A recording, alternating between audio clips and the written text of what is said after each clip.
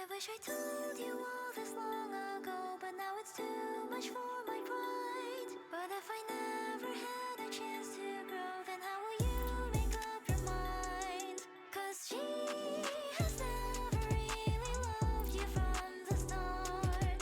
But you could never even spend a day apart. It breaks my heart. 'Cause I'm an angel but in disguise. I see your face when I close my eyes. I feel your gaze and mine, and to my surprise, I'm already out of time. I know you see right through my facade. I never came here to cause you harm. Just wanna take you on, 'cause what could go wrong? So tell me whose side you're on.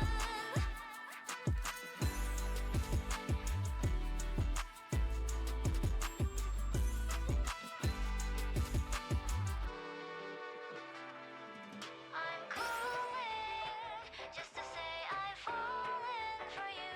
Can we cut the stalling? Can we get to talking? It's true. And I can't waste another second I spent with you. Can we cut the stalling? Baby, now Oh, I'm right. falling and the cracks are slipping through.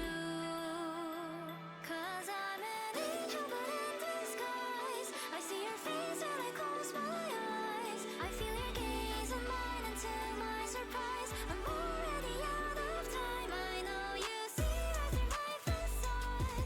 I never came here to cause you harm. Just wanna take you on, 'cause what could go wrong? So tell me whose side Really now? You're farting already? Oh, that sounds better now. Don't that's too quiet. I'm never a good judge of this kind of stuff about music volume. I'm on 15.3 decibels at the moment. Well, negative 15.3 even. though I try, I'll take you to the sea, and maybe then you'll see me eye to eye. I know that I am nothing By the way, you know pigs can make a noise. A pig's squeal can get as high as a supersonic jet engine in terms of decibels. How fucking insane is that? I found that out when I was doing that stream thing the last year, looking at like Pokemon versus real animal facts. I need to do more stuff like that, because the thing is, I really enjoy doing these things, like these like quizzes and stuff, and like collaborative projects and everything like that, and they're just a lot of fun to work on. Like, I know I got kind of bummed out, so yeah, this was also meant to be done a little while ago. Yeah, I got kind of bummed out when we initially failed due to like internet connection, which I shouldn't have got so bummed out about, because it's not no one's fault, I don't think. But yeah, I very much have a good time doing these kind of things.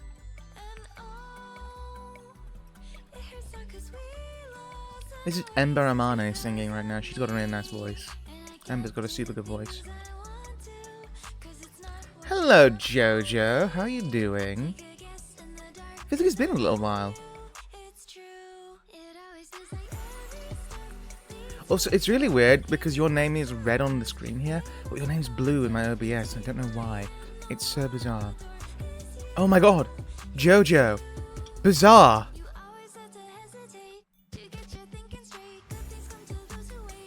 I'll stop. Unless you want me to continue, in which case, I'll continue. One of my favourite memes of Jojo is like, it's one a lot of people don't talk about, but it's like, what's the guy, there's this guy called, he has an army of toy soldiers, which is his, like, stand, and it's like, he's explaining this whole plan of how he's going to kill the main character, it's like, and one of my favourite ones is like, when someone explains communism to me, and it's just like Josuke responding, I see. That's a perfect plan. If it weren't for the fact that it's completely impossible. Yeah, good stuff. Good stuff. But yeah, Jojo, we have a fun stream today. So this was meant to be a while ago. Due to tech issues, it did not happen. Poop. I did go for a poop already, actually. It was certainly a bowel movement. You ever find it weird when people go into too much detail about their bowel movements? Anyway, so there's a goblin in my shit, by the way.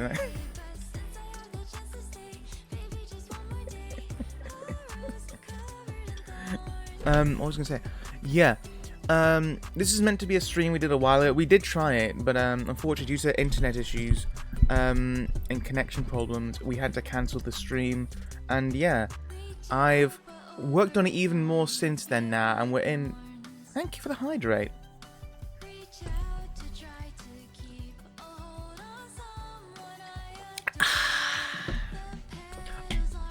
I was going to mention the weather then, about how warm it is, but this reminds me of things. So, yesterday, right, I was meant to be doing some, like, recordings and stuff yesterday and be more productive. I was completely buggered out. So, like, on my Discord, I was kind of, like, late at night just talking on it, just because I'm like, man, I'm in, like, it's late at night, I've probably stayed up way too long, and I'm in that weird, like, you know that weird, like, depressive mood you get in when you stay up too late? And you're just talking, and you just end up, like, having all these bad thoughts. I kind of went on Discord just to talk about stuff, just because... a little bit useful, but just to vent out a bit. But yeah, then I went to sleep afterwards, and I thought, you know what? I'll wake up early. No, I won't get too early. I'll wake up around. I'm going to bed at like 1:30, and I'll be up for like I don't know, maybe like between 8:30 and 9:30, right? I'm like, you know what? It's a weekend, sure, why not? That should be fine. Oh, no, it was Friday yesterday. For me, I don't work on Friday, so. You say. I listened to this song a lot lately. It's really nice. She got a lovely voice. What's her name? Rachie, the singer? Yeah, it's Rachie, right? Yeah, Rachie. She got a lovely voice. But yeah. There was a storm going on in, like, England yesterday, but it was all throughout the night and into the morning, and, like, normally, because it's summer, right, I tend to keep my window not locked, right, I keep it closed, right, but, like, I don't normally lock it just so I can, like, get some, like, circulate some air, because it's one of those, like, windows where you, like, have, like, like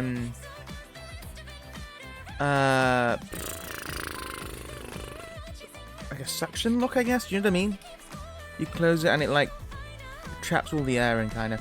Anyway, like when it was like 6:30 in the morning, maybe earlier, but like these winds were so powerful, it forced my window over, just blew it open from the inside, and like that doesn't make any sense. How?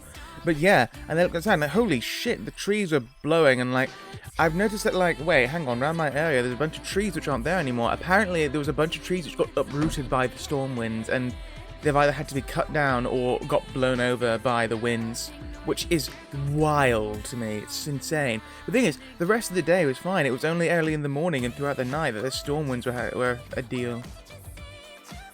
So yeah. It doesn't seem like anyone was majorly hurt from who I know, but yeah, it was really weird. But yeah, because of waking up that early, I was like, man, I can't get to sleep after that. And then I couldn't sleep throughout the whole day. But then I ended up getting so exhausted, I ended up taking a nap or two, which I don't like doing. I ended up like a half-hour nap, and I hate doing that because it feels like a waste of the day. But you know what? We're here now to do this 6th stream, because I went to stream yesterday. It's going to do some Fields of Mystery. I might do that after we've done the quiz and diagnose. I'm not sure, but yeah, we'll have to see how I'm feeling later on. But yeah, this is a stream I've been wanting to do for a while now, and hopefully there won't be any connection problems today.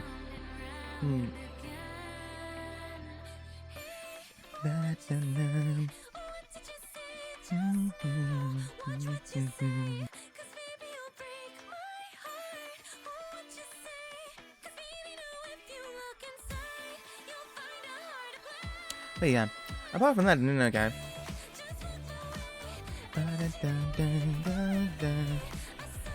I'm glad I'm doing this stream though. I bet it's gonna like reinvigorate me to do things. Plus, I've been actually like working on a video recently, because the other video I was working I'm working on a few things. One video is on hold until someone gets back to me, but if they're not able to get back to me on it, on recording some lines, I'll just have to do it myself. And I asked them because they have like a nice soft girl voice, and I don't, so I'll have to. If they're not able to do it, I'll have to do it myself and see what we can do about it. Hopefully make it somewhat convincing. What was the other thing? The other thing is a pet project. There's another little thing which I'm just doing as like an experiment to see if I can like do some animation things. So I can ask my friend to help me with it. Oh, by the way, Jojo, I don't know if you're lurking. We got some cool things. Check this out. Here.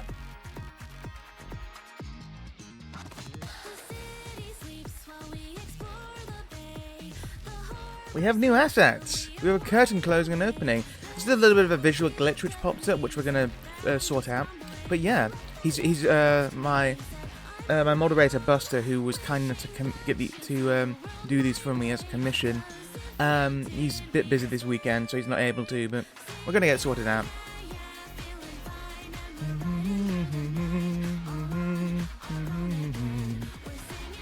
Yeah.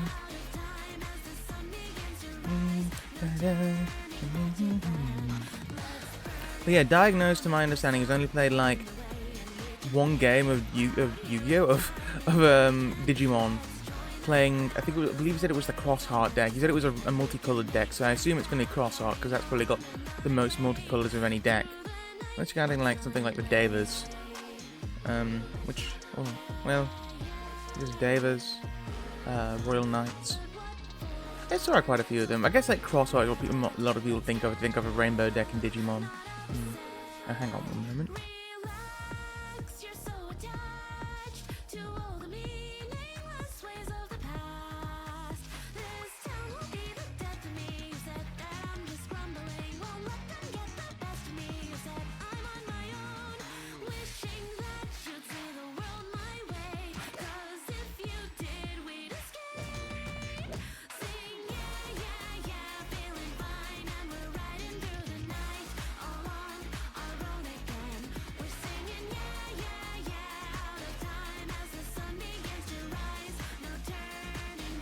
Sorry, same little stack.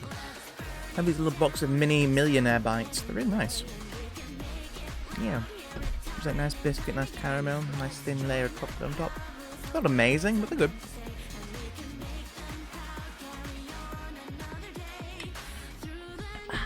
It's certainly not like gourmet or anything. You know what? You don't need it to be amazing. Just a nice little sweet treat to bite into is good. Yeah. Oh my god, I just remembered. I was playing Digimon World off stream because I thought it'd be a good idea to actually like do some stuff on it off stream instead of having to grind it all on stream, which would be annoying as hell. And okay, so I was thinking, okay, this time I'm gonna use a guide to get a Digimon I want. So I got Betamon. Okay, I've got Betamon. I want to get Seadramon. I'm able to get Seadramon. And when I was trying to level him up to get into Mega Seadramon, he died before I could do it, and he kept like getting like exhausted, so I couldn't train him to high stat levels. And I think I guess it's just because like I was overtraining him, maybe I was overworking him, so he just kept getting exhausted all the time. And you know what? That's on me. And so I just reset it all because he died before I could do anything. But yeah, on the other hand, I did meet Bakemon. No, I met Bakemon a while ago, but I met Soulmon, who are just weirdos. Is Soulmon in the Digimon card game? I don't know. Let's have a look.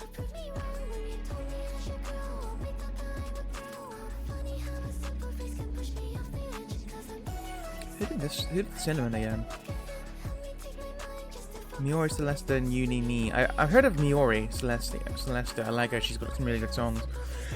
Excuse me. Yuna Nini. This is a whole album by the producer Aloha, by the way, and all the they don't sing, but they have like a bunch of guest singers on them. So check out Aloha. They have great stuff.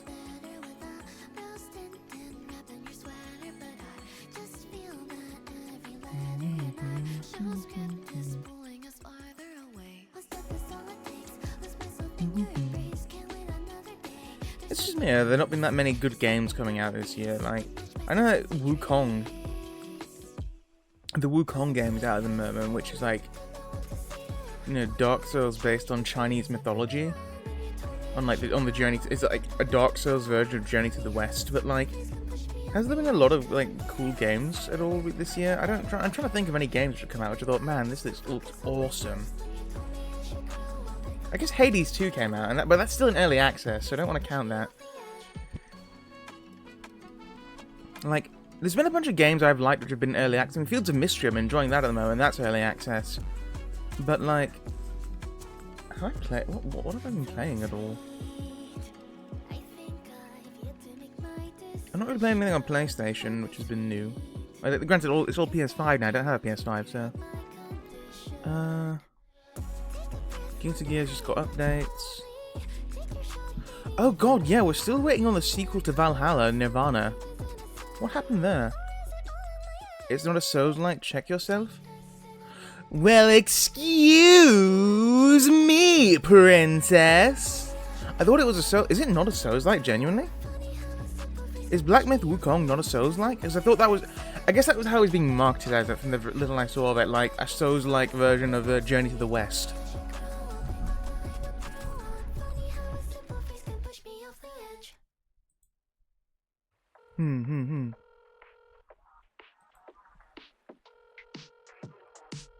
Is that not the case then? Or is it just like an action game? I see. I've only seen a little bit of it, and he keeps making monkey noises, and I'm just like, this is annoying. Maybe I just need to watch a whole playthrough of it, I don't know. It's more of a okay, that's cool. Man, I remember watching you play Ninja Gaiden a while ago, and I'm like, man, Ninja Gaiden's cool. It's dumb, but it's cool. You're playing like the remaster of... Was it Ninja Gaiden 4? Something like that, right? Yeah.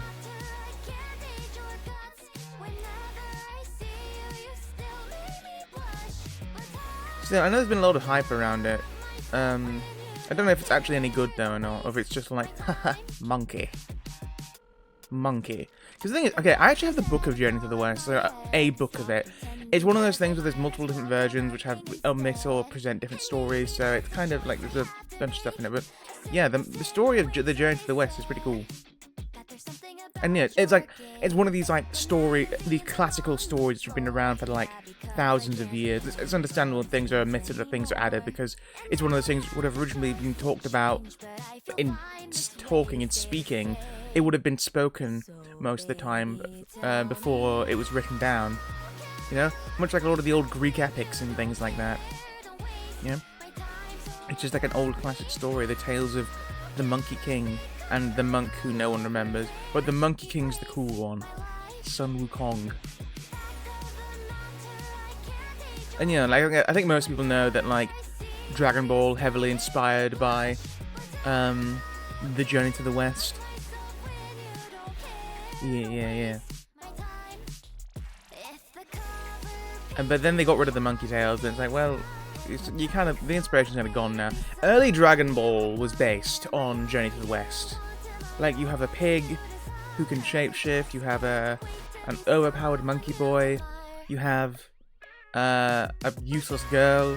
I guess the monk's a man, but he's very useless all the time. A lot of people depict it as a girl as well, actually, which is pretty funny in modern stuff. But yeah, you know, a weak monk who can't do anything, but he's like it's his journey. So, but needs everyone else to help him. There's no Kappa figure actually. Is it a Kappa or is it a water? What kind of water spirit joins them? Can't remember who it is now. But yeah, I've not seen the game. I just know that actually I did watch a video game donkey video the other day, which had like what were they doing? No, yeah, it's like, oh man, so this is Black Myth Wukong, and the entire video was him playing Ape Escape, fucking Ape Escape 2. A game I want to play. I want to play Ape Escape on stream.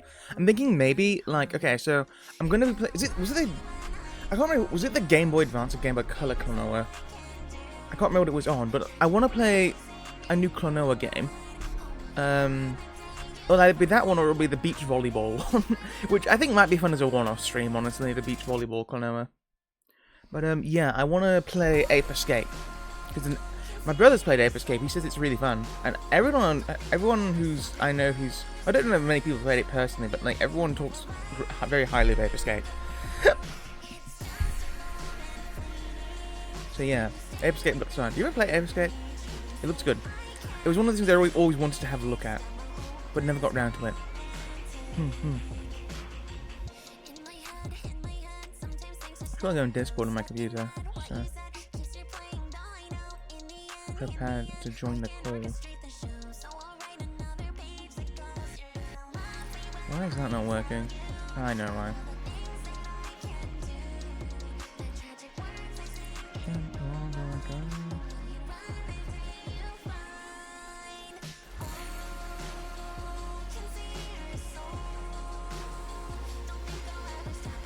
There we go. And now it should work. I just gave DaVinci Resolve by accident. No, I did not. Let's go.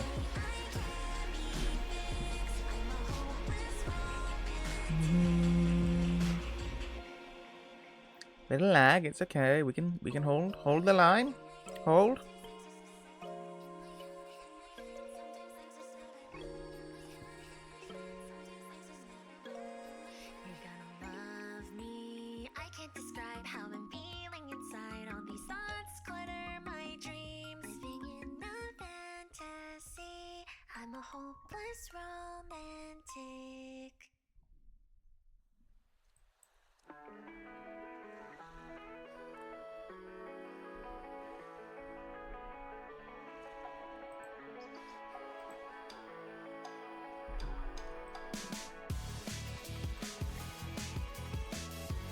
The little drum beat there always reminds you of always reminds you of that Two-Door Cinema Club. Is that what they're called? Okay, a song from them.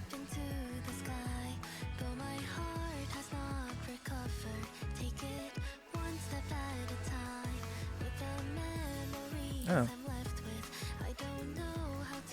That means you're already in the chat, Diagnose.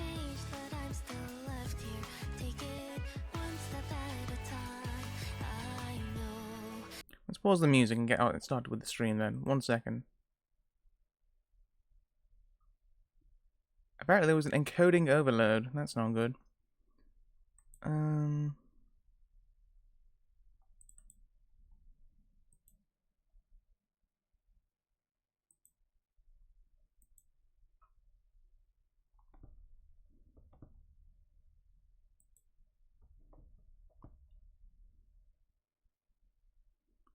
Let's get this show on the road then.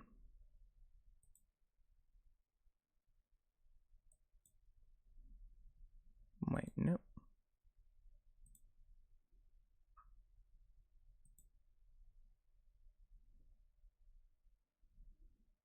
Hello? Hello? Wait, can you hear me? Hello? Oh wait, can you not hear me? You're very Yes, quiet. I can hear you. Wait, so you okay to start now? Yeah, I've been.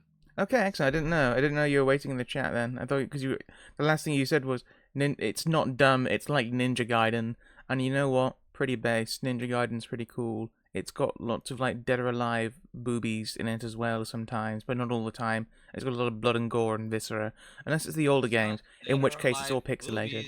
Dead or Alive took the Ninja Gaiden characters. No, yeah, I know, right? Like, he was in like the very first one. Hayabusa, is it? Yeah, he was in the very first game of it, and like he was like made and he got put into Dead or Alive, and like he's now canon in the Dead or Alive universe. So yeah, I'm gonna just move my chat a little bit as well because it's. Tell you what, actually no, I'm just gonna make the screen here a bit smaller just so. Yeah, do you have a Fugi? I can't remember if you have a Fugi or not. No. There you go. How do you get those made? No, it's okay. No, I've got you on here. So, on my screen, you're now being a little penguin symbol in the bottom corner. Hello, Gunter. Yeah, I know though. You go on this website called Fugi, Reactive Fugi. Anyway, good morning, good afternoon, everyone. Welcome to the show. Today, we have a special thing going on, which we meant to do a couple of weeks ago, but due to technical issues, we were not able to. This is Digimon Made or Missed the Mark. This is Diagnose. Could you give us a brief summary of your experience with the Digimon card game? I went to like 2 locals and sat there alone and watched. Fascinating stuff. Fascinating, truly. So, Diagnose, Incredible. you're very much a Yu-Gi-Oh player through and through. You think Yu-Gi-Oh is the best game in the world, and there's no flaws in it whatsoever. Is that correct? No, why are you spreading misinformation? Yeah, I mean, yeah. You every time I mention any kind of problem with Yu-Gi-Oh, you quickly say, "How dare you? This is the best game. It's completely flawless. Firewall Dragon should not have been banned." Well, it's just because maybe you don't play the game good enough. I mean, I never said I didn't play the game good enough, but like, I'm just saying that the game has some problems, and every time I've ever brought them up, you say, "Nah, man, nah, it's fine. Don't worry about it. Don't worry Because about they it." weren't actual problems. T-Elements, I love those guys. They're great stuff. Uh, The hand traps are the problems. no, yeah, honestly, they are massive problem. But you know what? Yu-Gi-Oh is probably too broken of a game to fix. But you know what's not? Digimon, because it only started a few years ago. And as I said, we were trying to do this stream a while ago. Connection issues occurred and we weren't able to. So we're gonna go through this, and hopefully this time, Diagnose will be able to prove his card game wit and mastery. By proving, with his knowledge of Yu-Gi-Oh, he can indeed guess how good any card game is. Through, sheer understanding of basic mechanics in card games. How you feeling, Diagnose? You feeling confident? Very confidant. Ooh, I like the way you said, yeah. Confidant. Hang on, wait, doesn't that mean you're, like, going to give some information to someone? Like you're revealing... Are you like a French spy or something? Croissant. A confidant. It's like a World War II French spy. Croissant. Croissant. That's some Jimmy Does that Neutron, make me right? French? That meme? The croissant meme? Does that make me French? Maybe. Hang on, I'm gonna up the Croissant. desktop volume just so you can hear it a bit. Speak. Croissant. Croissant. Croissant. Croissant. I don't know. I like them. They're good. Yeah, Do you know well, I how much played a butter- little bit of a rainbow deck in Digimon. Yeah, I remember you That was saying. Yeah, so interesting. I believe it was Crossheart. You think it was Crossheart which we're using, because that's the one I'd think about it when everyone says a rainbow deck for Digimon. But yeah, what was I gonna say then? No, yeah, you know how much butter is in a croissant? It's honestly obscene, and like you fold the butter into it as well. So like that's how you get all the weird layers on it. The nice like puff pastry layers. You keep folding it in and so you fold the butter into the dough. Oh, we're probably talking about two completely different croissants. No, I mean generally, okay. That's how you're making it if you're making it like old school by hand kind of way, you know. But yeah, there's inevitably a lot of butter in it. You know, pizzas used to be made with like tons of butter in the dough. Really? Yeah, like it's like hundreds of years ago, well before like the modern, margarita inspired pizza became popularized. It was like they just make like ton of butter into the dough, and like you wouldn't really call it and even recognize it as a pizza today, I don't think, but like it was flatbread with stuff on it. So yeah. At that point, it would just be a pastry. No, because like it's still bread dough. It is bread dough, but it just has a ton of butter in it. Ah. Yeah. Anyway, we're playing Digimon. Smash or Pass? No, wait, that's the wrong game. Yeah, I gotta go. Yeah. Anyway, no, seriously though, Digimon. So the rules are here. So I'm going to be showing you cards introduced between Digimon sets 1 through till 17. I think just recently got onto set 18. How many did you add? Sorry, what? I said, how many did you add? Okay, in this there's like 20. Realistically, I don't think I actually got any up to in set 17 in here because it's like too soon. I don't think I'm not comfortable adding cards in, but realistically it's more like sets 1 through to 15 if I'm being honest, but or 16 maybe, but anyway, yeah. A lot of cards in here, try to keep it fairly up to date. Now, and yeah, fairly up to date, and yeah, now, using your information on general card game knowledge, you got to gauge on whether or not any of the cards in this list made their mark on the metagame, or fell short of it. They missed the mark. Yeah, so, because it's not just if a card is good or bad, right? It's making or missing the mark. So we're going to be looking at the history of the game up until now, and trying to figure out if it has made a mark at all in the past, even if it's not really used now. As mentioned before, but the common example I use is Mirror Force in Yu-Gi-Oh! A card which realistically is not used that much now, but has historically been one of the best cards in the game at times. So I don't think it's necessarily fair to say Mirror Force is a terrible card, because it's just had such a legacy behind it. But But yeah, that's why I'm doing made or missed the mark instead of just is it good or bad. And also, that kind of thing can be very subjective anyway. Also, important thing to note here is that Digimon is starting this new Digimon card game, at least started in 2020. It's got a lot of modern card game design choices.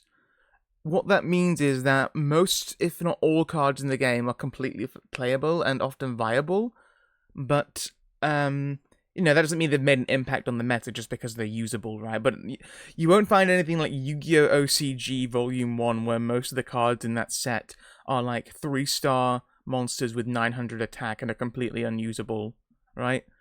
Like, you won't find anything like that. Most cards in Digimon, even vanillas, have been usable at some point, just due to like the way the mechanics of the game work and the design choices made. So there's a lot of perfectly viable cards in it, but just because they're viable, obviously, does not mean that they have been competitively meta or anything like that. So yeah, most cards are good, are usable, even if they're not the best thing ever. Are you clear on this? Yep. Excellent. Good. Now, game rules to keep in mind. There's a lot here, so I'm just going to brush over these really quickly. So in Digimon, your 3 main types of cards are Digimon Tamer cards, which are like continuous spells in Yu-Gi-Oh!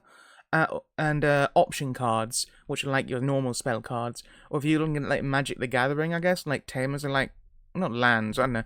I don't know if like maybe like artifacts or something like that. Anyway, so the way the game works is you got to use your deck of cards to destroy your opponent's 5 security cards. Security cards are 5 cards taken from the top of your deck at the beginning of the game and placed down in like a pile or a stack or whatever. And every time you get hit, you reveal the top card of your security, and it gets sent to the graveyard or the trash as it is in this game. Or if it has an effect which can be used, you get to activate that effect even. So yeah, the are cards which can have effects active in security. It's kind of like Pokemon's prize card system, where you take cards from your deck to be your life, but rather than getting them added to your hand, they just get their effects activated if they have any. So your deck is split between a 50-card main deck and a Digi-Egg deck, which can be from 0 to 5 cards. Digi-Eggs are these little Digimon which can't be in the battle phase at all, or they can't be in the battle area, the battlefield at all. They can only be in the egg zone, the raising area, the breeding area, it's sometimes called. They just stay there, and you can hatch a new egg every turn to a free zone in the breeding area, or you can move it out if it's evolved, if it's evolved to level 3 or higher. So that's important because whilst the card is in the egg zone, it cannot be affected by anything. Its own effects, your opponent's effects, it is completely safe in the egg zone. Unless, I guess, a card will specify otherwise, but that's not really a thing. So yeah, that makes sense. Am I going too fast for you? Nope. Excellent. Good. Any questions, by the way, feel free to butt in and then stab me in the eye. The good eye, not the bad eye. You don't want to stab the bad eye. I'll take the one behind the mask. You stab inside, and then there's just like some little gremlin which just opens the door and like, what's the big idea? Anyway, so much like in Pokemon as well, Digimon is full of evolution. Evolving is a big part of the game. In order to do anything in the game, whether evolving or playing cards, all your actions take memory, which is a gauge shared between both players, and it goes from one side from 10 to 0 and then 0 to 10. All things basically cost memory to do in the game, and you can keep going until you run out of memory. When the memory gauge passes 0, all effects resolve, and then it goes over to your opponent's turn. So you can. There's no specific end phase to the game. You just play until you run out of memory and you pass over turn. Also, if you have no actions you can make or you want to make, you can deliberately pass over to your opponent's turn and that just starts them off at 3 memory for the turn. And yeah, you draw every time you evolve. Much like in like Magic or Duel Masters or something like that, Digimon do have summoning sickness when they're brought out. However, if they've evolved onto a card which is already in the play area, or if they've been brought out from the raising area, they don't have summoning sickness. So, yeah, it's only cards which have been freshly played down, or which, yeah, it's just cards which have been freshly played down which have summoning sickness. Digimon, they have. Also, yeah, you draw 1 every time you evolve as well, so you're never going to be short on cards, you're always restocking your hand when you evolve. And, yeah, again, that does cost memory to evolve a lot of the time, but you always get a new card in hand to replace what you lost. Which is really good, it makes sure that, like, the flow of the game is constantly going, you won't really be bricking that much a lot of the time. I think as well, with the way the memory system works, it means that you can almost always at least play something down. It may not be an optimal play, but you can play something. What else? Yeah, Digimon, they've got main effects which they can use, or they have inherited effects which they pass on to the guy they evolve into. They can't use inherited effects themselves; they can only pass them on to their higher evolved forms. So, yeah, most Digimon will have 1 or 2 or both of those. They'll have main effects or inherited effects. Digimon range from levels 2 to 7. Level 1s are technically featured in the game, but they're not actual cards. They're more like bonus art you'll see in the level 2 arts. But, yeah. Level 2 to 7 is what Digimon are. Egg cards are always level 2s, so they can't be in the battle area. Often, Digimon will have a cheaper evolution cost than a play cost. So yeah, you can either play a Digimon from hand for memory, or you can evolve it on top of a Digimon which meets the requirements for evolution. Almost always evolving is cheaper. And that's, to encourage evolution as a mechanic. But yeah, there are cards which can be hard played. Yeah. So Digimon's power is referred to as DP in this, and it's just Digipower. If it's reduced to 0, if the power is reduced to 0 in any way, the card is destroyed. But keep in mind, this is destruction by game mechanics and not by an effect. So, if a Digimon has an effect which says, "Oh, if this card is destroyed by an effect," it wouldn't work if it got its DP reduced to 0. Understand? Effects can be resolved in any order if timings clashes, and the turn player gets priority. There is no separate main or battle phases. You can attack, you can evolve, and you can play cards at any point. So it's all just one big phase in that point of view. Option cards, the spells of the game, they do cost memory, but you must have at least either one Digimon or Tamer on the field or in the breeding area, which matches the same color as it in order to use it. You can't just spam out option cards. You need to have something of its color requirements. Excuse me. And yeah, lastly, egg card. As I mentioned, egg cards, they can't be put in the battle area. They're sent to the trash immediately if they are in the battle area. Again, that's by game mechanics. So yeah, rather long-winded, but I hope that's explained some things. I hope I've not gone too quickly for you. Also, we're just going to go over the 7 colours really quickly to get an idea of what they're all like. We've got red here, so they're the hyper-offensive one.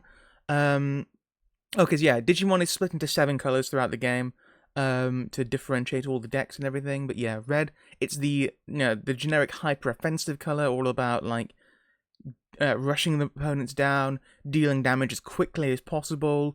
They've got things like burn damage, they've got piercing effects. They have a lot of effects actually which can negate security effects, which would activate insecurity. So I mentioned before that if a card is revealed in security, if it has an effect it can use there, it can activate it. Red has a lot of ways to negate those. And they also have lots of deletion options based on DP. Tell you what, I'm going to put some music on in the background as well, just because it's nice to have on. Yeah. Are you actually watching the stream, by the way, or are you just like chilling out? Yeah, I'm watching the stream. Okay, because I'm gonna be showing stuff going on the stream, so it might be in your best interest to actually like have a look at it just to make sure everything's okay on there. Let's have a look. Where's it gone? There we go.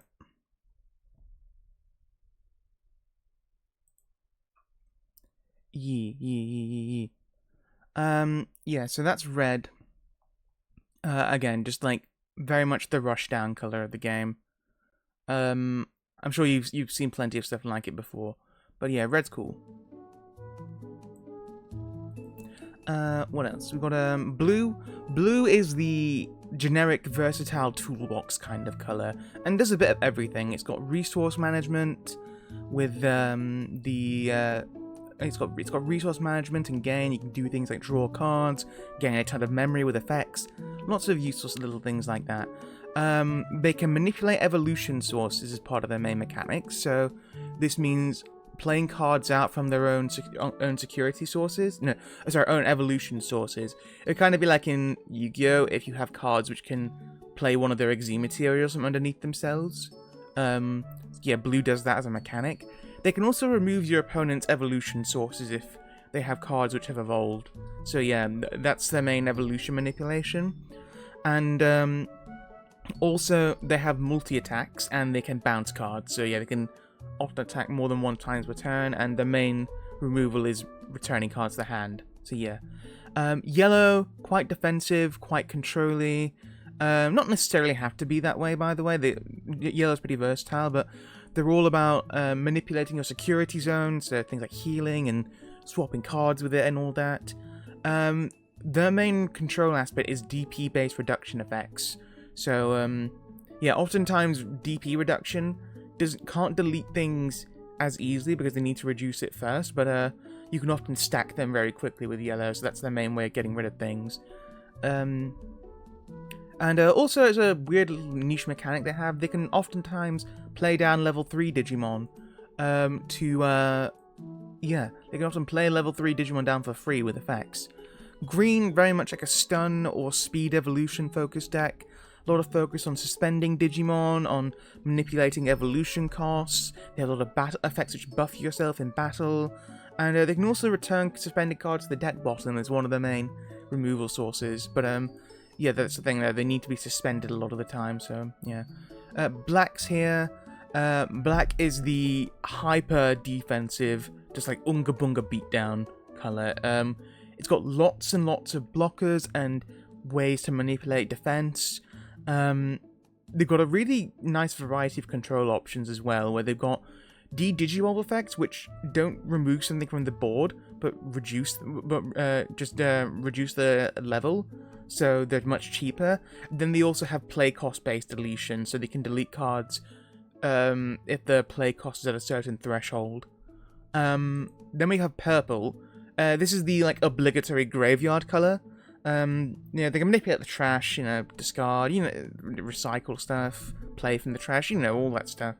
They also have level-based deletion effects, so they delete cards if their level is equal to a certain thing, oftentimes. Also, a lot of like memory gain and a lot of like option manipulation. A lot of cards in purple can manipulate option cards in different ways, way more than the colors can. And lastly, we have white, which is ironically the black sheep of the card pool, where they're not really like a color in and of themselves. They're more like colorless cards in Magic the Gathering, where they're either like weird boss monsters or like niche tech options which you can put in a lot of decks. There are some white decks in the game actually, but we can get onto that later on maybe. But yeah, mainly white is has no focus. It is just like generic cards which can be splashed into a bunch of different strategies. Anyway, that's everything. So, wait, is that everything? It is everything. So, are you ready, Diagnosed? Is it? Yes. Also, I should mention, Diagnosed, as I mentioned before, we did do this before. Hopefully, Diagnosed has forgotten everything. If not, I sure hope that he acts like he doesn't remember anything. That way, we can still do something fun with this. Wouldn't that be You can't great? tell me what to do. Okay, well, okay. I can at least get you Gritting through your teeth. I hear. Well then, Diagnosed, are you ready? No. But let's get on with it. Let's go! That's the fucking energy I want. Let's go, baby. Here we have our first card. This is Greymon from the very first starter deck. Starter deck 1. Greymon, you can see here, 5 to play, 2 to evolve, 4,000 power. It's a level 4 Digimon, so it's champion level. And its inherited effect, it doesn't have any main effect, it just has an inherited effect of giving an extra card on top of it, security attack +1. Meaning it checks 1 additional security card, so it deals an extra damage when it hits. So, very simple card. Again, this has been out since the very beginning of the game. What do you think, Diagnosed? I think that hit the mark. Why do you say that, Diagnosed? Because it did. Congratulations, Diagnosed. You hit the mark with that one because it made its mark absolutely. Did you only remember that one or not? Okay, that's a yes. No, yeah. Yeah, this is this is one of the very first cards revealed, Starter Deck Greymon. This card absolutely made its mark, and it's a good thing as well, right? Greymon is like one of the mascots of Digimon, so if it didn't make its mark, well, we'd be a bit fucked. Yep, and in all reality, if it's turn 2, you go first, your opponent goes, and then it's your turn, so it's your second turn, that Greymon right there, right in front of you, will get dropped down on whatever you hatched the previous turn, so it's simple, it gets out quick. Yeah, that's exactly right. So, for one, it is completely generic, right? Though it has Greymon, and it is a Greymon card, it is completely generic as a red card, and basically any red deck can use this. And yeah, how quick it is a massive part. You can put it into a stack really early, and because it's only a level 4, you don't need to really, like, commit to it that much. It's not a massive commitment if it dies, right? So you can get it into a stack fairly earlier on. Hi there, Thorn, how you doing? I did have a feeling I knew that fact, actually, Thorn, about panda poop. But thanks for not letting us know anyway, I appreciate it. Thanks for that. We're doing a little quiz show. Yeah, how quick you can get it out is a really big part of it. Security attack, dealing more damage is always great, obviously, it means you can win the game quicker. Also, not to mention, it is a Greymon card, it benefits a lot from, like, the mascot buff, right? Yu-Gi-Oh! We're all well aware of how many cards Blue Eyes and Dark Magician get because they're like the mascots of Yu-Gi-Oh! In Pokemon, Charizard has had so many cards, many of them have been terrible, until recently, when there's like a new Charizard, which is like the best card in the game. And like Pikachu as well has had tons of cards which have seen not much usage. But no, not the case here. Greymon has seen lots of cards, and a lot of support for said cards. And despite being released in the first starter deck back in 2020, it's 2024 now, and this card still sees play. How wild is that? It's like 4 years old now, and this card is still like used commonly in Greymon decks, just because. It's crazy. They should just put it in the trash. The thing is, it's not broken, right? But it's just like really solid. Like it's just a very solid card for people to go into.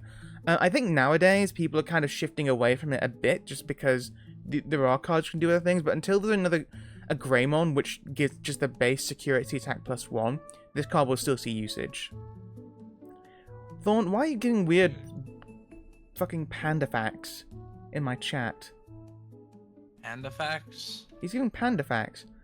The reason they shit so much is because they eat approximately 465 kilograms of bamboo. So much that they need to shit so much that they can... What? Thorn, shut the fuck up, you dumb cunt. Damn. Listen, if I call you a cunt, you know it's not mean. You know that, American. it's fine. That word means something completely different. Diagnose, shut the fuck up, you cunt. Wow! Good thing I'm not streaming, because that would be an issue.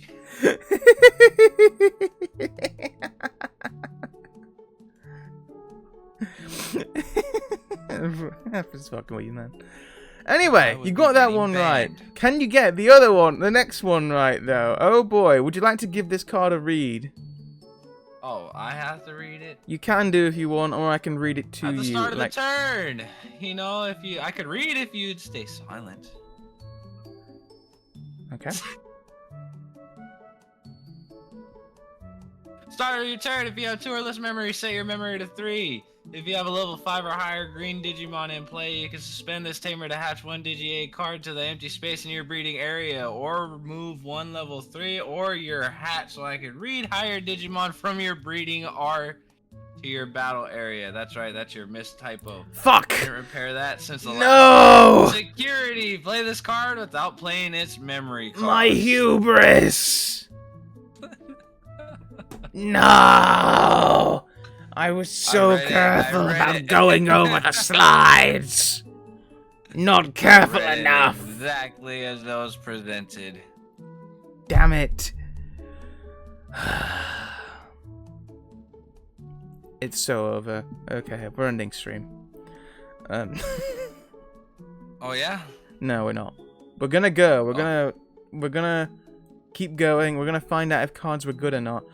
Thorn, I don't drink coffee, so I didn't have anything like that. So, haha. Anyway, Mimi. Coffee? Yeah, Mimi. Do you think she made or missed the mark from what you read there? She missed the mark. Why'd you say that? Just barely. How so? Because she just wasn't good enough. And green wasn't popular. I really thought you were gonna make some weird like age joke there, and I'm like, what the fuck? What? What do you think I am? No, Mimi is one of the best tamers in the game, period. Yeah, so, first off, if you have 2 or less memories, set your memory to 3, it makes her, this is what many people refer to as a memory tamer, so it means you always start the game off with 3, so people can't choke your memory. Which is always really nice, because it means you can always have a decent start to the turn. Mimi essentially gives you a new hatching phase every turn. Just realized Thorn said panda dump in your coffee. Shut up! Mina, shut up! Shut up! But yeah, no, Mimi essentially gives you a free hatching phase every single turn if you're able to get a level 5 on board. So yeah, she just accelerates the speed of any green deck to an honestly obscene degree. I'm gonna move the chat a bit actually, just so it's... Oh. Just gonna move the chat to the side a little bit. But yeah, Mimi really just kind of like... She just speeds up green decks so much. She's one of those cards, like, if you want to include some tamers, but you don't know what to include, you can never go wrong with Mimi. She's always, like, a good card to go to. She was released in the very first booster set, and has consistently been one of the best tamers in the game. Potentially You know the best what? green tamer. I think I just realized. I thought that was a hat. She's carrying an egg on her shoulders, ain't she? No, that is a hat. Nah, that's an egg. She's not fucking Billy Hatcher. She's carrying an egg on her shoulder. That's a hat. It's just got one of those And little, that's like, why she can thingies. hatch Those the little, like, That's why strings. she can hatch the Digi-Egg card every time. You have a level 5. It's because she got an egg on her back. You Yes. can't unsee it now. You can't unsee it now. Let's move on. I'm right. Here we have our first option That's card of the probably day. the This is a best yellow option. Art in the game. Shut up! This is our first yellow option card. It's a yellow option. This is called Seven Heavens. This has two simple effects. Its main effect, it's 7 costs to play, so quite a heavy cost. But again, most of the time your memory goes from 0 to 10 a lot of the time, and you only start the turn off often with 3 memory, or round about 3. So yeah. During your main phase, one of your opponent's Digimon gets minus 10,000 DP for the turn. And if its security effect is that if it's activated in security, you activate its main effect. What do you think? Very nice. Give me your thought process. Did this card make or miss the mark? Discuss it with me. I think it's way too expensive and it missed the mark. Okay, fair enough. This card unfortunately did miss the mark. So, it is expensive. It's high cost. The more important thing though is that it's not actually guaranteed to remove high level Digimon. So, whilst 10,000 is a lot, most boss monsters, most level 6 and higher Digimon are between 11 and 12k.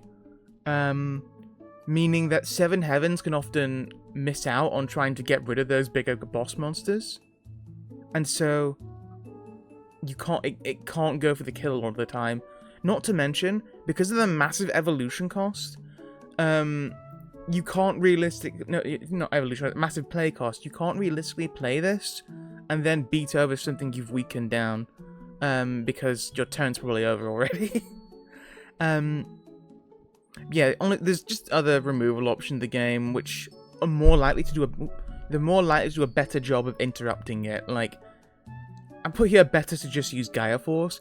Gaia Force was was a red card introduced in the first starter deck. So Digimon had this really smart thing, right, where for every single color it introduced one very big piece of removal at the beginning of the game. For each color, it's kind of like a benchmark for how strong the removal should be. Chief amongst these was Gaia Force, which was an 8-cost card, but could delete any one Digimon on the board with no conditions. To this day, there is no card in the game which can do that. Yeah. Everything was kind of like, oh, well, is it as good as Gaia Force? 7 Heavens is not close to Gaia Force by any means. In fact, if you look at a lot of early yellow decks, a lot of people would run like 4 copies of Gaia Force just in case they got it into security. Or they would like run Gaia Force and maybe like 1 or 2 red Tamer cards in the holy yellow deck, just in case they got the opportunity to use Gaia Force, because 7 Heavens was just completely unreliable by a lot of people's standards.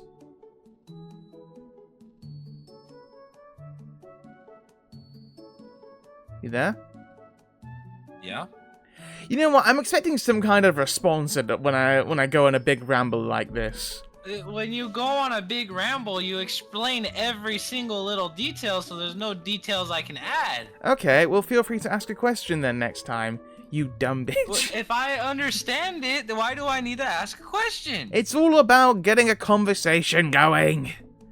Your social skills are being worse than mine at the moment, and I'm a fucking NEET. You know, it's afternoon for you and early in the morning for me, right? Okay, you know what? I actually had forgotten about that. Yeah, you know what? That's fair. You know what? Dinos, I'm sorry, man. Not even gonna accept my apology. What a dickhead. Anyway, we're gonna move on. This is our first Digi-Egg card of the day. This is Wanyamon. I just love this card's art, by the way. Look how cute he is. I hate cats. Well, he's also a dog.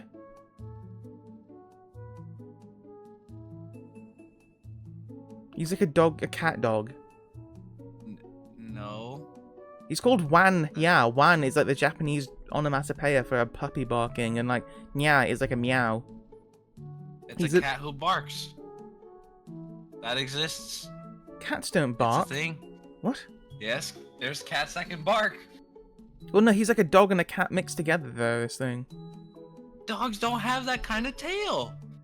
Well... That is a cat. He has, like, dog fur. There's no jowls, either. Dogs don't need jowls. Okay, name me more than 5 breeds with a flat face. Chihuahua. Chihuahuas have jowls. Sorry? Chihuahuas have jowls. They do? Yes. Really? Chihuahuas aren't flat-faced. Pugs. No, I'm just fucking with you. That's a cat. Read the card, Diagnose. Read the card. Oh, man. It's a blue Digi-Egg. It has an inherited effect when it gets put on top of when it gets put underneath an evolved Digimon. In your turn, While your opponent has 2 or more Digimon with no Digivolution cards in play, this Digimon gets plus 2,000 DP. So, yeah, what do you think then, Diagnose? Again, egg cards, they always start off in the breeding area. So what do you think? Any question to ask about this one? This one's just difficult because I don't know if there's any other blue egg cards. Or if this is the only egg card. Okay, I will say that. No, yeah, actually, that's a good question to ask. Yes, there are lots of blue egg cards. This was from BT1, so there was actually far less number of blue eggs in the game. But yes, there are blue egg cards. Other blue eggs except for Wanyamon here. Yeah, and you're mentioning that now there is. Before there wasn't much. Yeah, so this is from, again, BT1, the very first set. I want to say there was less than 5 blue eggs in the game around about this time, around about this point in the game. BT1 so to yeah, if you're looking at like BT1 to BT3, which is I guess like the first starting section of the game, really, there were less than maybe 5 eggs in the game which were blue. So then it's had to have made its mark. It Hmm. was one of the early ones that gives bonus DP. I get it's a minuscule amount of DP, but maybe it was enough to make the mark. Yeah, and actually, no, that's honestly really like solid reasoning. Unfortunately, it did miss the mark. I'm not gonna lie, I kind of put Wanyamon on here just because Wanyamon's cute, and I think Wanyamon's adorable. But unfortunately, cute does not win games. Now, you mentioned it's a minuscule amount, but the DP could help. You actually are right, the DP could help, and whilst it is a very small amount, 2k on a boost is actually quite significant. There's not a lot of effects that actually boost your DP in Digimon, like, you know, like in Yu-Gi-Oh, you'll have like effects which boost your attack by like 500 per for each blank, or like just straight up double your attack, these really high attack boosts, right? That isn't a thing in Digimon, realistically. Like, the most you'll get is a 3k boost, which is super, super, super, super uncommon. I think there's less than 5 cards in the game which can grant that kind of, which can grant a 3k power boost. At least printed on it, at least, I'm not sure. But it's not super common. Therefore, getting a 2k boost is actually pretty significant. However, its conditions to reach it are kind of awkward. While your opponent has 2 or more Digimon with no Digivolution cards in play. So this means your opponent has to already have 2 cards on the board, and they both need to be cards which don't have any evolution sources underneath them. Now, this could be either because they've been hard played, or because you've maybe removed the sources somehow with blue effects. But you know, it is reliant on your opponent's board. So yeah, it's one of those things where your opponent can pretty easily play around it. Yeah, I forgot about that part, honestly. No, yeah, it's a shame. What I will say is that it is only an uncommon rarity. You can see on the card out here, it says it's U, so uncommon, meaning that this is mainly a budget option card, so I can't be too hard on it. Like, again, it's a positive effect, right? It's a perfectly fine effect, it's just kind of not the best. Yeah, it's there if you can't get any other eggs, really. What I will say is that Wanyamon has had several other versions of it throughout the game, all of which have been eggs, and there have been several Wanyamon cards which have actually been quite successful. So don't feel too bad for Wanyamon here. I know you just said you hate cats, so you probably don't feel bad for it at all. But yeah, I won't feel bad for anyone who loves Wanyamon and thinks he's adorable, and is sad that this guy did not make the mark, don't worry, he's had his chances in the future. It's not sad. Yeah. It's just so sad. Alexa, play Despacito. What? Moving on. We have... This is one of my favourite arts in the game, by the way. This is Black War Greymon from BT2. Our first black Digimon of the day. Some sick art. I love that guy. Oh yeah, you think so? Yeah, look how cool that art is. Yeah. Ooh, you don't like it? Do I like him? Do I have it in my hand? No. Okay, fair enough. Anyway, Black War Greymon. It's our first black Digimon. It's a level 6. Would you like to give it a read through? When you would play this card from your hand, if your opponent has Digimon with 10,000 DP or more in play, reduce the memory cost by 6. Oh, his memory cost by Yeah, 6? so, yeah, if your opponent has a Digimon with 10k or more DP, you can play it from hand with a reduced cost of by reducing its memory by 6. So it's like 7 to play. And then when attacking, when you attack your opponent, Digimon with the highest DP, unsuspend this Digimon.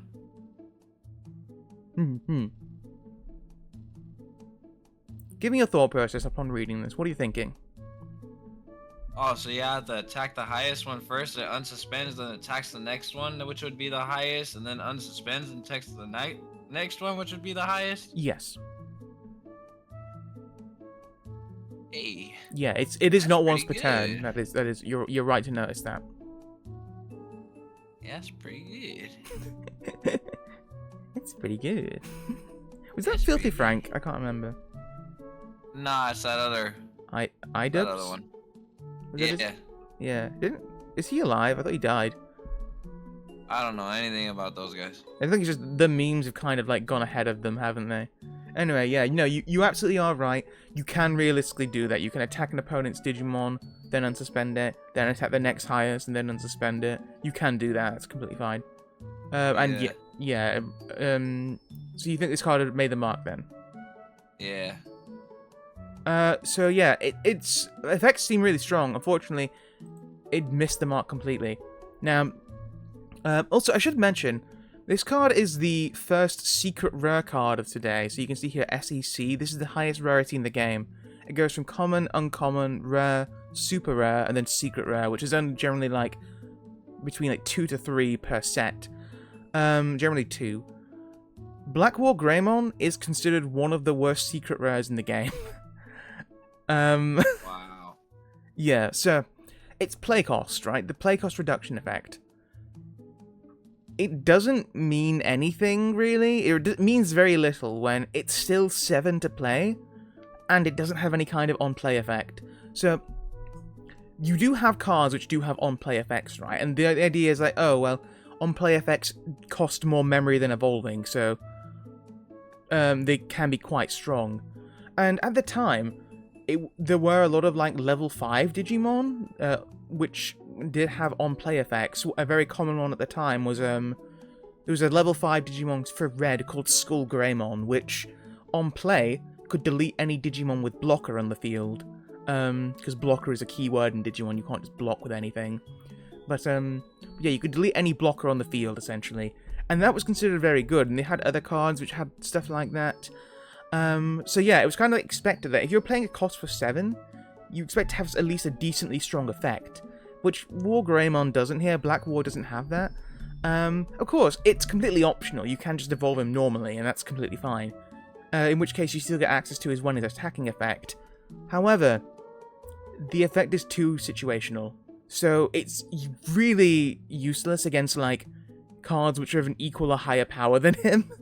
Like, he's 12k, which is good, but, like, if anything else is 12k and he has no way to buff his own attack up, which Black admittedly did not have much access to at the time, it just crashes into something of 12k or higher and dies, and you can't unsuspend it because it's dead. So yeah, it's one of those things where... actually, yeah, as well, yeah, so it needs to attack an opponent's card, and it can only attack a card if it's already suspended. You know, it can only attack a card which has been tapped already. So it's... Black also doesn't have many ways to really, like, suspend opponent's cards. You're kind of just hoping for your opponent to crash into you, use Black's numerous blockers to block attacks, and then you can, like, use Black War Grey next turn to just, like, wail into them. And ultimately, yeah, it's just a card which is super easy to play around. Even like the play cost, the play cost reduction can be played around fairly easily, you know.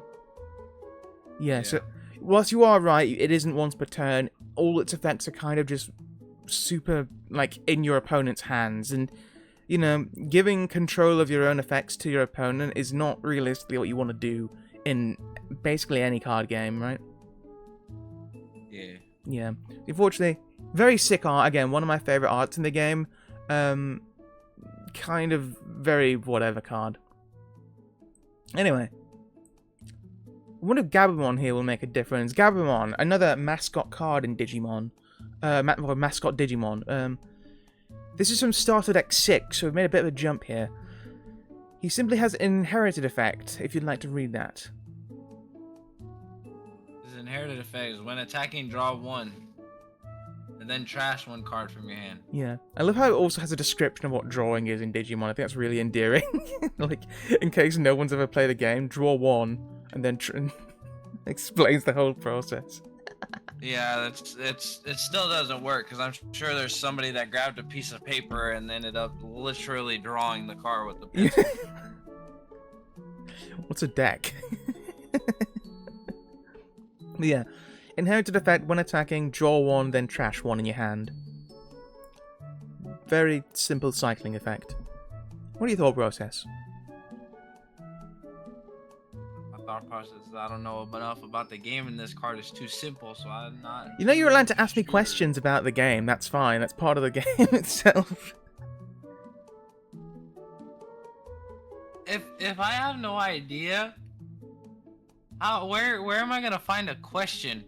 Okay, you know, that's fair. For an empty What space? I can say, as I mentioned, this Gabumon is purple. Purple is like the graveyard color of the game. So it wants you to set up your grave, your trash. Yeah, but it needs to be evolved onto. Yeah, you are right, actually, yeah. Yeah. Yeah, you need to evolve and then attack with it Yeah. in order to do that, so... You think it's maybe a bit too slow? Yeah, I think it might... I don't know. Let me say it made its mark. I'm gonna assume it came out early game for purple, so it actually sped purple up, but nowadays they ain't really doing nothing. Honestly, that's like a really, really smart thought process you've got there, and I really love that. It did make its mark. Currently limited to 1 copy. Still, actually no, it's not. Because I did not update this. Just yesterday, a new ban list restriction list came out. Gabumon got unlimited from the ban list. He was limited to 1, but he's now unlimited. And that was just yesterday. So I forgot to update this for it. But yeah. Wow, good job. You didn't update it. Well, it was 1 day, so excuse me. But yeah, no, this card was for a little bit limited to 1 copy. Stop me if you've heard this one before. This isn't once per turn. Something which has never been an issue in any card game. But yeah, it's not once per turn, so if a card on top of it can attack multiple times, you can cycle cards through your deck rapidly. And it kind of like, especially mainly in Garurumon decks, right? So like, normally Garurumon has been like a blue deck. There's been like a weird niche purple version of Garurumon, which has never seen much play. But recently, fairly recently even, they decided to mix blue and purple together to make like a new blue-purple Garurumon deck. And yeah, Gabumon was used in this for that. And because Garurumon can often unsuspend itself to attack multiple times, you can just do that on top of this guy to just like cycle through your entire deck. Or at least, not the entire deck, but you know, cycle through a good few cards in your deck and set up your trash for plays later on. Also, it should be noted as well that like some cards can evolve on top of this guy for free with effects. So it's really cheap, really flexible in its usage, and it kind of just makes some decks too consistent. It actually always has been a fairly decent card, but it wasn't until the new purple Garurumon support came out that Gabumon started to really like just kind of like become way too much of the game. But yeah, just yesterday he got unlimited after being restricted to 1 for like several months. But either way, no, he absolutely did make his mark. And you're right actually in terms of like he kind of fell off a bit as well. Like he wasn't being used a lot of the time, but it wasn't in more recent stuff until the new purple Garurumon came out. In which case he got a resurgence back in him. because Gabumon and Garurumon are all part of the same line. So yeah, you absolutely nailed the mark on the head with this one. Wait, mark the nail on the head? It's almost like I'm good at what I do. Yeah, I know, right? Yeah. Yeah. I'm gonna vote you What for did you imagine? I'm gonna vote you for president next year. No. And it's this year. Oh, is that what? Oh, I keep seeing stuff in the news about that, but I don't pay attention to it. I'm like, that makes all the sense. Unless it is early next year, I don't remember. I know they're campaigning right now. It's wild. Politics, man. It's weird. Anyway, here we have our first level 7 Digimon and our first white card of the day.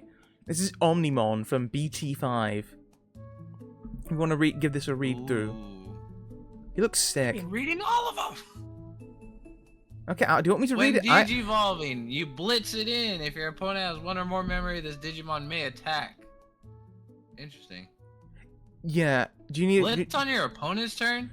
It's just to explain this then, what it means. So you can see here that it evolves for 4 on top of any red level 6 and red and blue level 6. Red or blue? Yeah. What it means is that, like, obviously it's 4 memory to evolve. If the memory goes over to your opponent's side of the field past 0, it means that normally it would be your opponent's turn, but this can still attack. So you can end your turn with this attacking on your opponent, even if you've passed over the memory. This game has so much math. It's not really that complicated. It's really not. It's just adding and subtracting. But yeah, if this card goes over, the memory will go over to your opponent's side of the board. This card can attack anyway. Oh, so that's what that means. Yeah. No. Oh, and then when Digivolving, unsuspend this Digimon. All turns when an opponent's effect would delete this Digimon or return it to the hand or deck by trashing your caps in the way. One level 6 Digimon card in this Digimon's Digivolutions cards prevent it from leaving play. A lot of Digi, I know, but the one that you evolve this one onto, you can trash instead. Yes. I guess it would be like in Yu-Gi-Oh, you remove an Xyz material to prevent its destruction. Yeah. Yeah, this card sucks. Okay. How so? Just bad.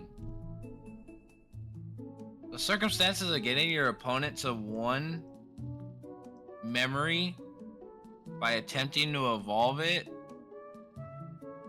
so you can still attack on top of the Digimon that you already attacked with that's suspended. It's so situational. I don't understand how it would have actually dropped on, how it would have actually made a mark. Okay, well, you're completely wrong. This card is one of the best cards in the game. I'm going to explain.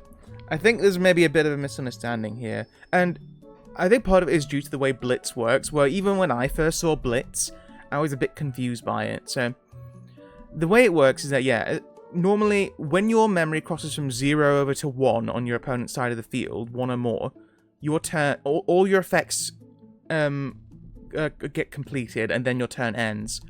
Which means normally that you can't attack, right? You're not able to attack that turn because your memory's passed over to the opponent's side. Omnimon allows you to do that. And it can unsuspend itself when you evolve it as well. So what you can do is you can attack with your level 6 red or blue Digimon, deal some damage, evolve into Omnimon for 4 memory, use its effect to unsuspend itself, and then, if you've crossed over to your opponent's side of the memory gauge, you can attack again. Or, if you've not, you can still attack again anyway, because it's still your turn. So it can attack twice, and even on your opponent's turn. And then it has, like, a protection effect. So, yeah, much like how in Yu-Gi-Oh! There was the term Cowboy for game, where people would just use Garaga Cowboy in the main phase 2 to just deal a chunk of burn damage and win. Omni for game is that in Digimon. It's 2 attacks on a cheap evolution. By the way, 4 for evolving a level 7 is really cheap. most of the time, level 7s evolve for around about 6. Between 5 to 6. 4 is really cheap. And, yeah, he can just attack twice and just win the game instantly after you've attacked with everything else. Like, it can be such a ball ache to have survived an onslaught of your opponent's attacks, and it's like, oh, also, like, you've blocked everything, but you don't have anything else to survive with. It's like, also Omni for game. And they just evolve into Omnimon, attack with it, and win, because you can't do anything about it. Because you've already used up your resources trying to block. So, yeah. I guess I really did miss the mark. Yeah, you did. The way you said that, you sound like a sitcom thing. Like, I guess you really did miss the mark, and then everyone plays a laugh track, and then there's the credits scenes roll, and you're in freeze frame. Oh, so you mean like this? I guess I really did miss the mark. Okay, well. I really thought you were gonna redeem the laugh track then. I really thought you were gonna do it. No, that's why I got you. You bamboozled. I was indeed. I was indeed bamboozled. I feel quite betrayed, actually, if I do say so. Now, find out on the next episode of Dragon Ball Z.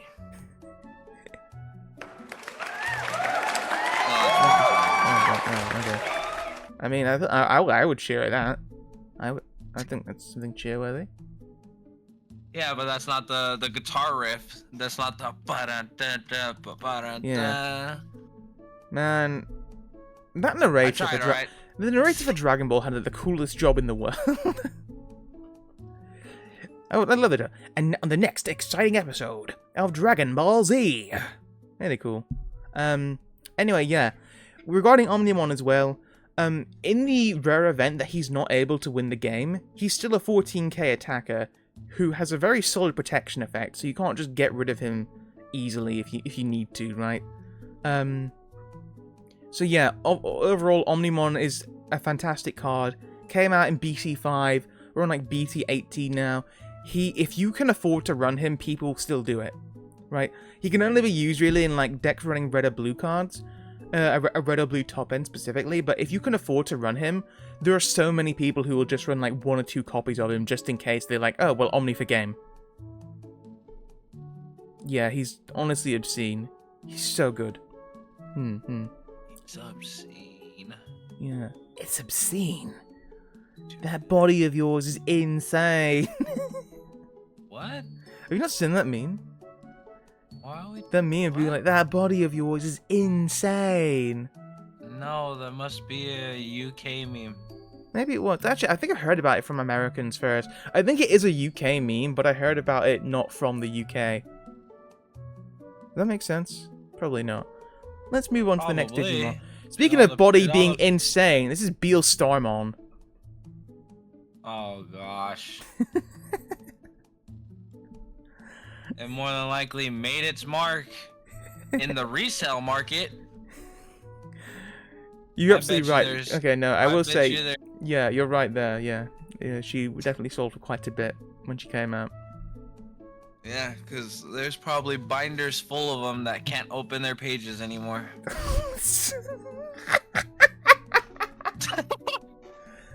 It's so gross.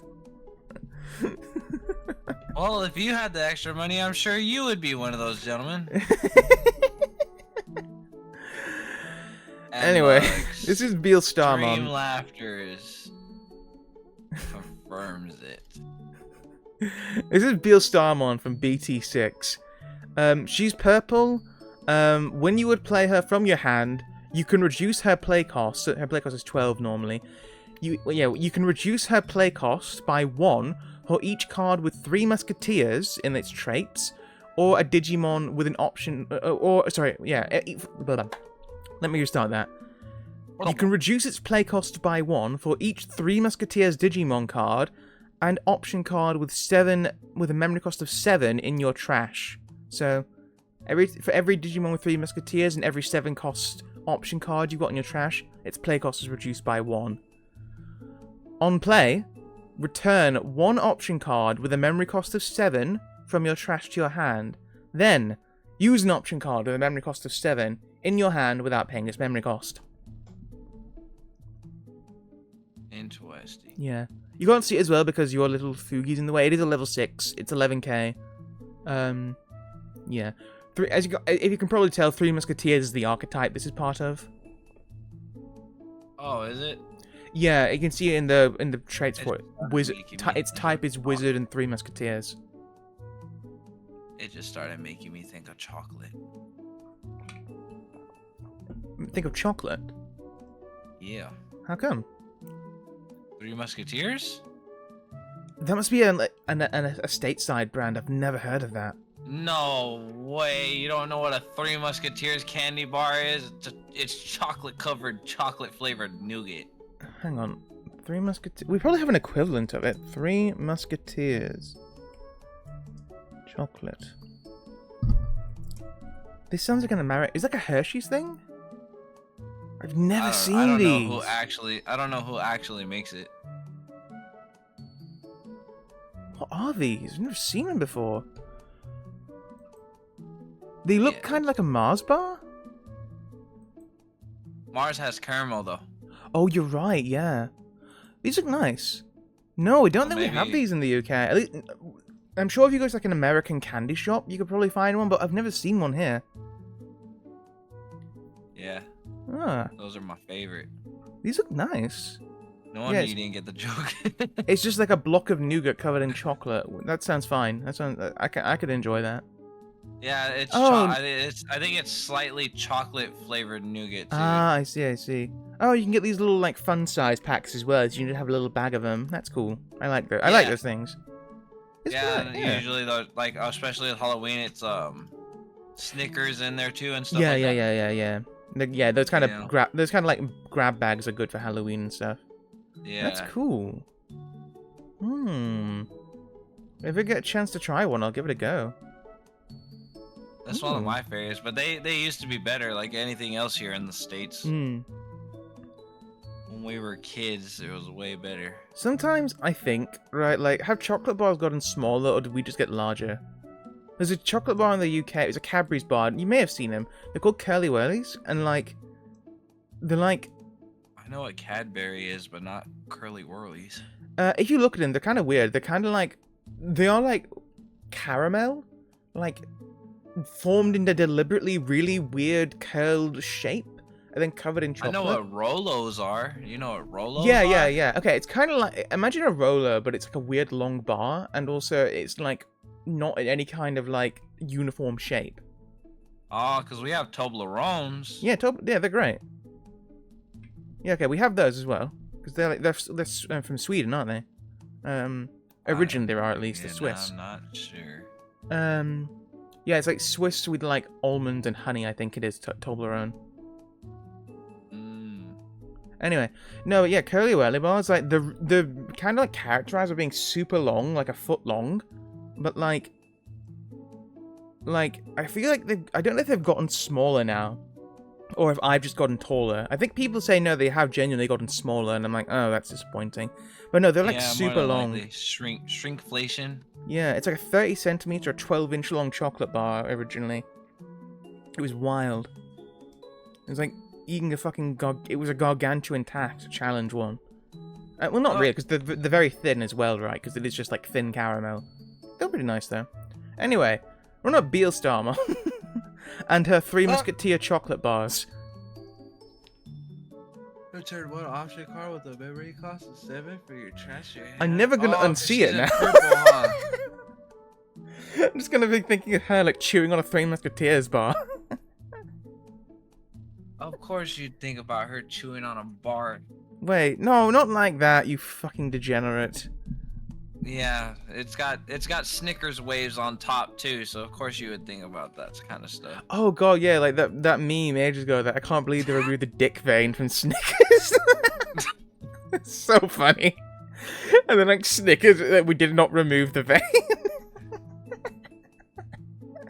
That was classic. When was that? Was that like 2022 or something like that? It was in COVID, I think. Don't know. I don't know. That was pretty good. Anyway, sorry, go on. Go ahead. Alright, just because she reminds me of Chocolate Bar, she made the mark. Hell yeah. She was up there. She did it. She was recycling for purple. Drops down real easy. Yeah, she absolutely made a mark. Yeah. So yeah, you're first off, you're right. In terms of the secondary market, yeah, she was huge. I mean, listen, she's like tall, rich. She was huge, and then you're about to say something about there being two huges. Yeah, no, she's like big titty, like abs showing, like goth biker mommy, right? Like, of course, people are gonna like her. With guns as well, and also the guns have faces, so that everything about her just screams like, yes, this is awesome. Regarding her actual usage, though, so yeah, she is the boss monster of the Three Musketeers archetype, and normally Three Musketeers, it's like actually a mixed color deck. So mainly it's got like a purple base, and it also has like red and black in it as well. And the two other Musketeers, which are, so she's the leader of them, and then there's this card called Gundramon, which is a fucking robot dragon made of guns. He's sick. And then there's Jeez. I can't remember his name now. Is it Death Kidmon? No. Magna Kidmon. Who's this like weird, yeah. Magna Kidmon is this weird dragon man with like revolvers for legs. Yeah, I know, he's really weird. He's like a cowboy with like, he's like a dragon cowboy man with like revolvers for legs. He's really funny. He's really cool though. But yeah, and he was red, Gundramon was black, and Beelstar is purple. She gives you easy access to some of the strongest options in the game, and also importantly, she can use any option card for free, any 7-cost option for free. It's not limited by color, so she can use something in her archetype of Three Musketeers.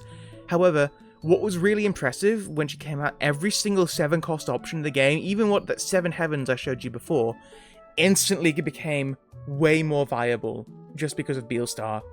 It's just like, can it be used in Beelstar? Why not put a single copy of it in, give it a go, try it out? Because you don't lose anything from it. Using any 7-cost option of any color is always beneficial for her. And which leads to the other thing. Her play cost, right? It reduces by 1 for each card in her archetype and each 7-cost option in your trash. That play cost can easily reduce her size with the deck designed around her, right? Like, she's 12 cost normally. You can very, very easily get her down to, like, playing her for 6 or even 3 memory. No problem at all if you build a deck around her. So, like, yeah, she's honestly insane. Oftentimes you'll use, like, big removal option. Like, there's a card called Happy Bullet Showering, which is part of her archetype, which you'd use, or even, like, weird blue cards, like Kakaitis Breath, and I think it's Howling Crasher, are also options people are using. And, yeah, like, what was the other thing as well? Yeah, she was just really simple and versatile to use when she came out. Now she has fallen off the wayside.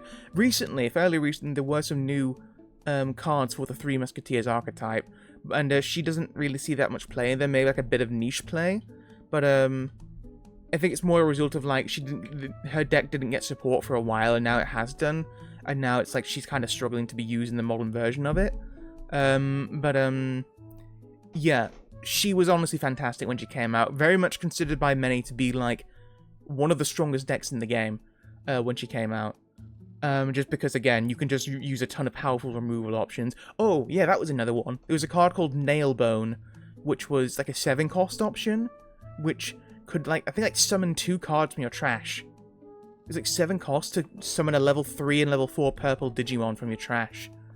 So, oh, interesting. Yeah, no, like, the amount of versatility you had with her was honestly insane. Like, you know, not to make a pun out of her using options, but she really did open up the options you had, because, like, yeah, you could use powerful destruction, utility cards, anything at all. As long as it was 7 costs, it's going to be good, because it's 7 costs, but it was free to use with her.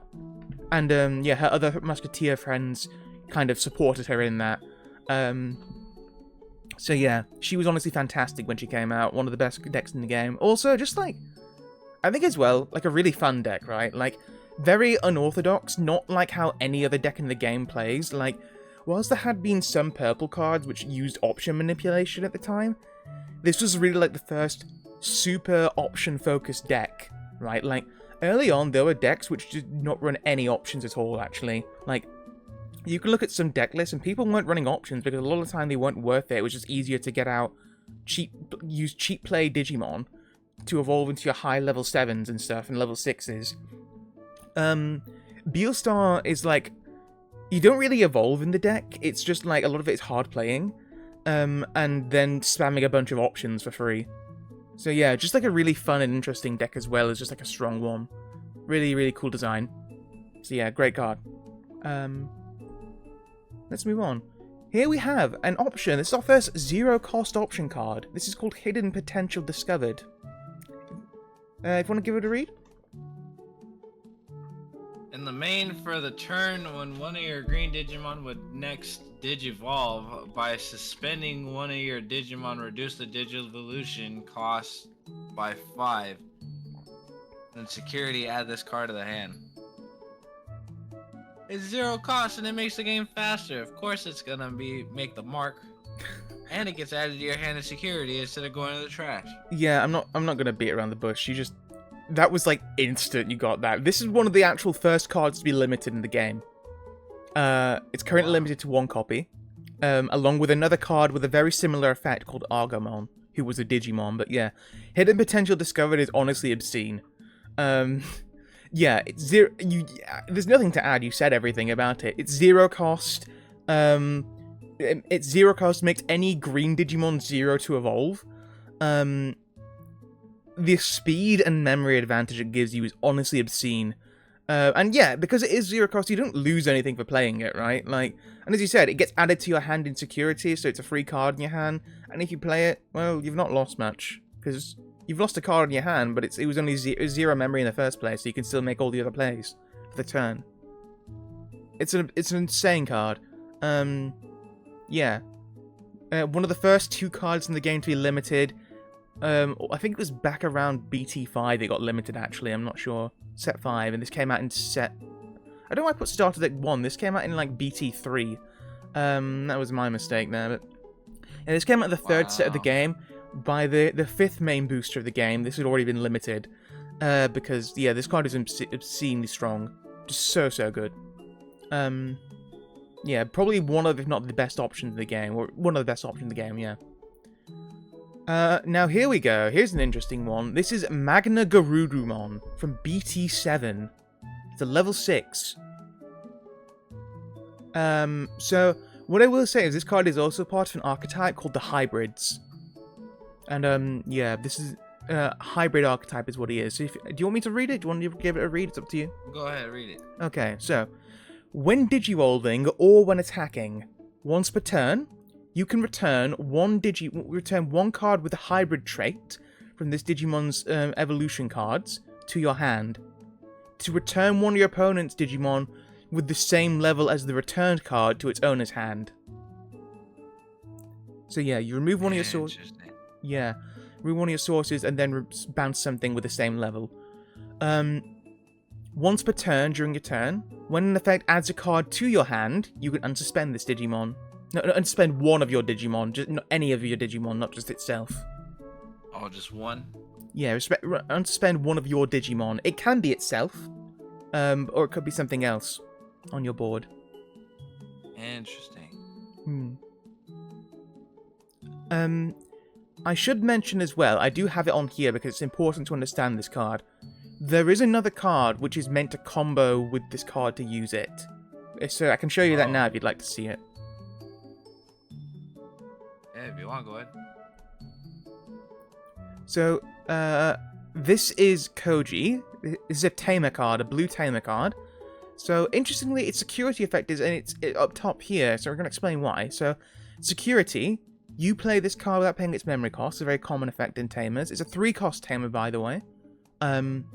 Once per turn, you can place 5 cards with hybrid in their traits from your hand underneath this Tamer in order to digivolve it into Magna Garurumon in your hand for its evolution costs, as if this Tamer is a level 5 blue Digimon.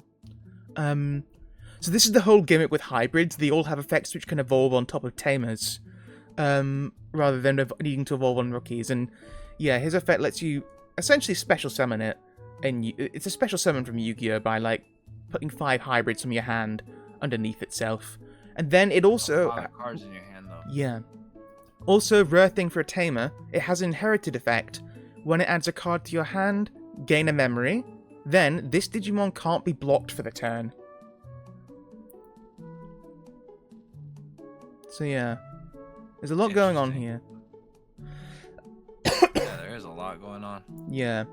Let me know if you want me to go between the slides at all. And we're County of Magna-Garurumon is the one that made the mark. Yes, I just put Koji on because they're kind of important because they work together.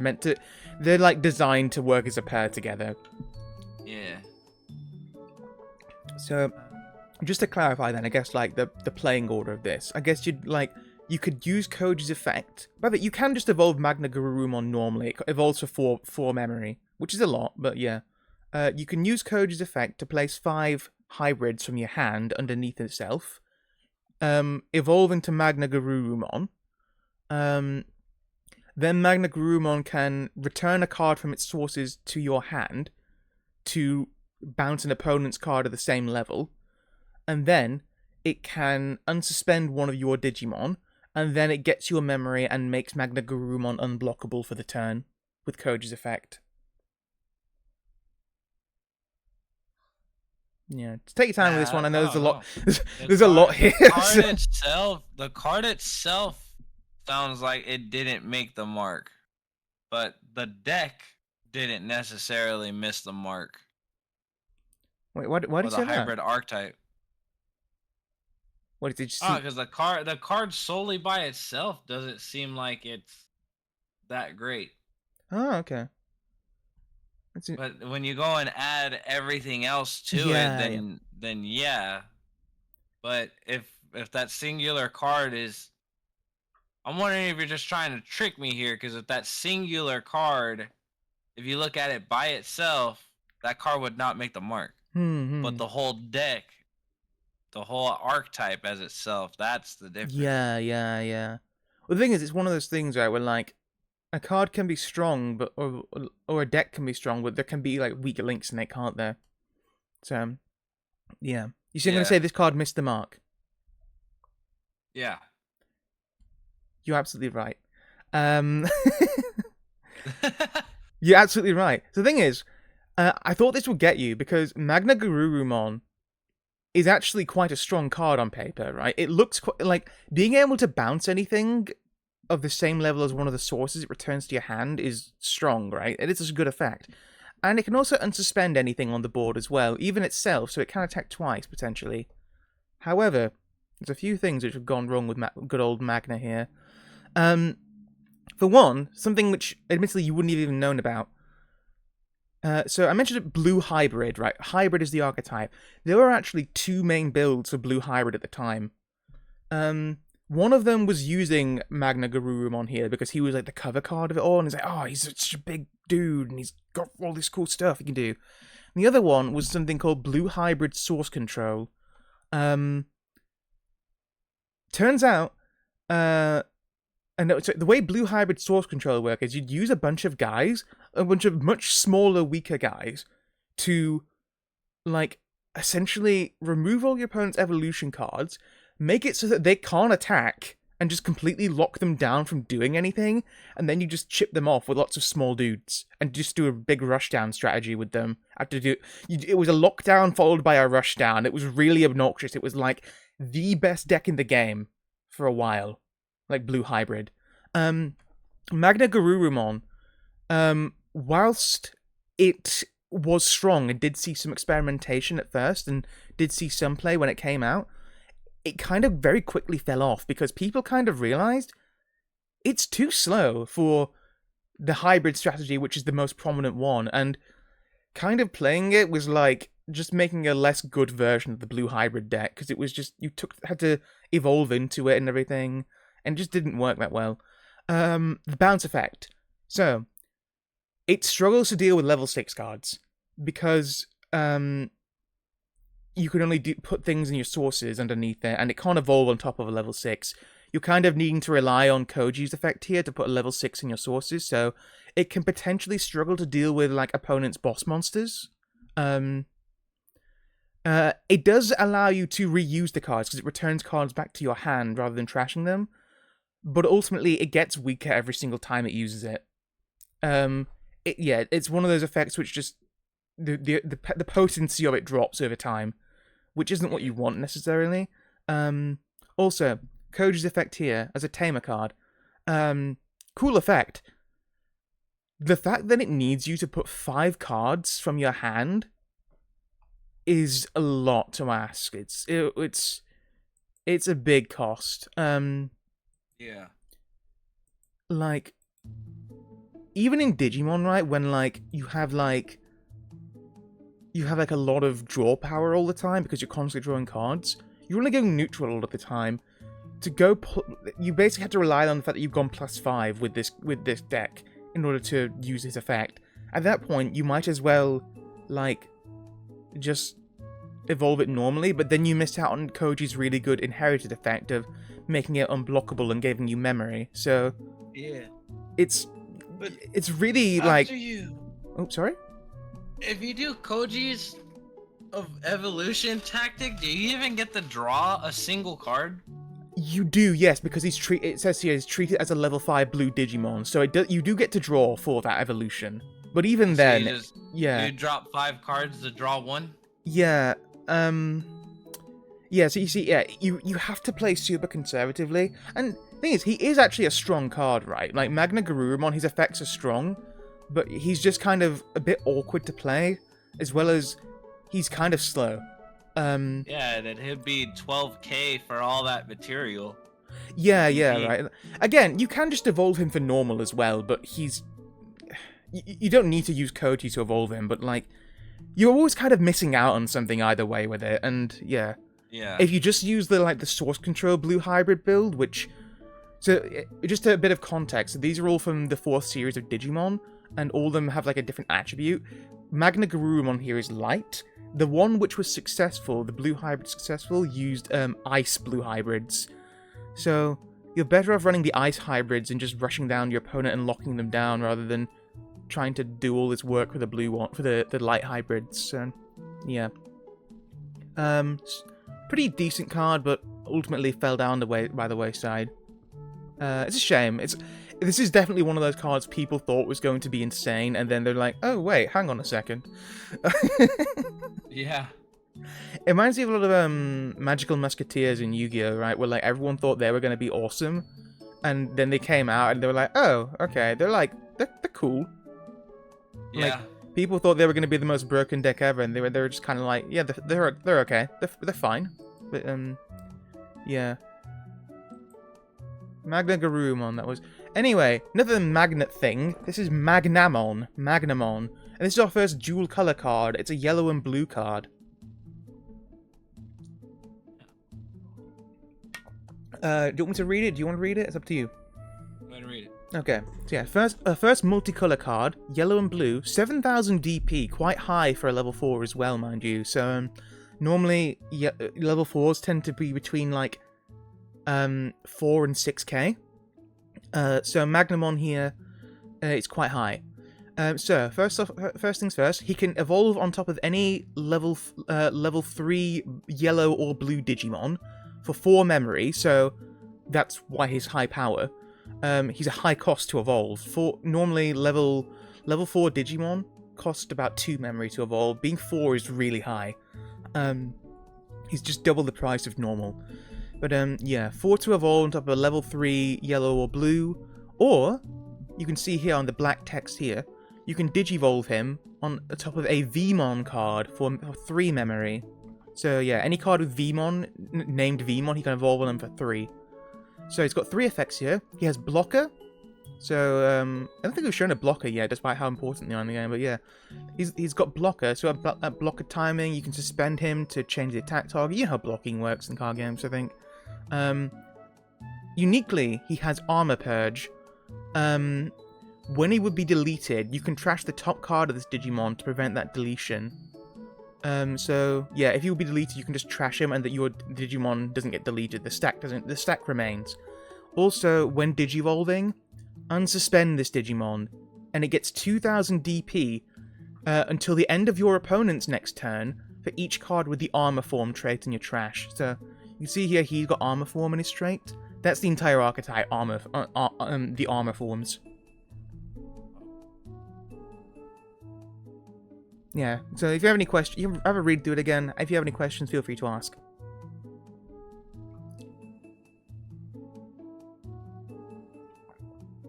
That it might be expensive, but the expensive comes at the cost of saving the stack on death.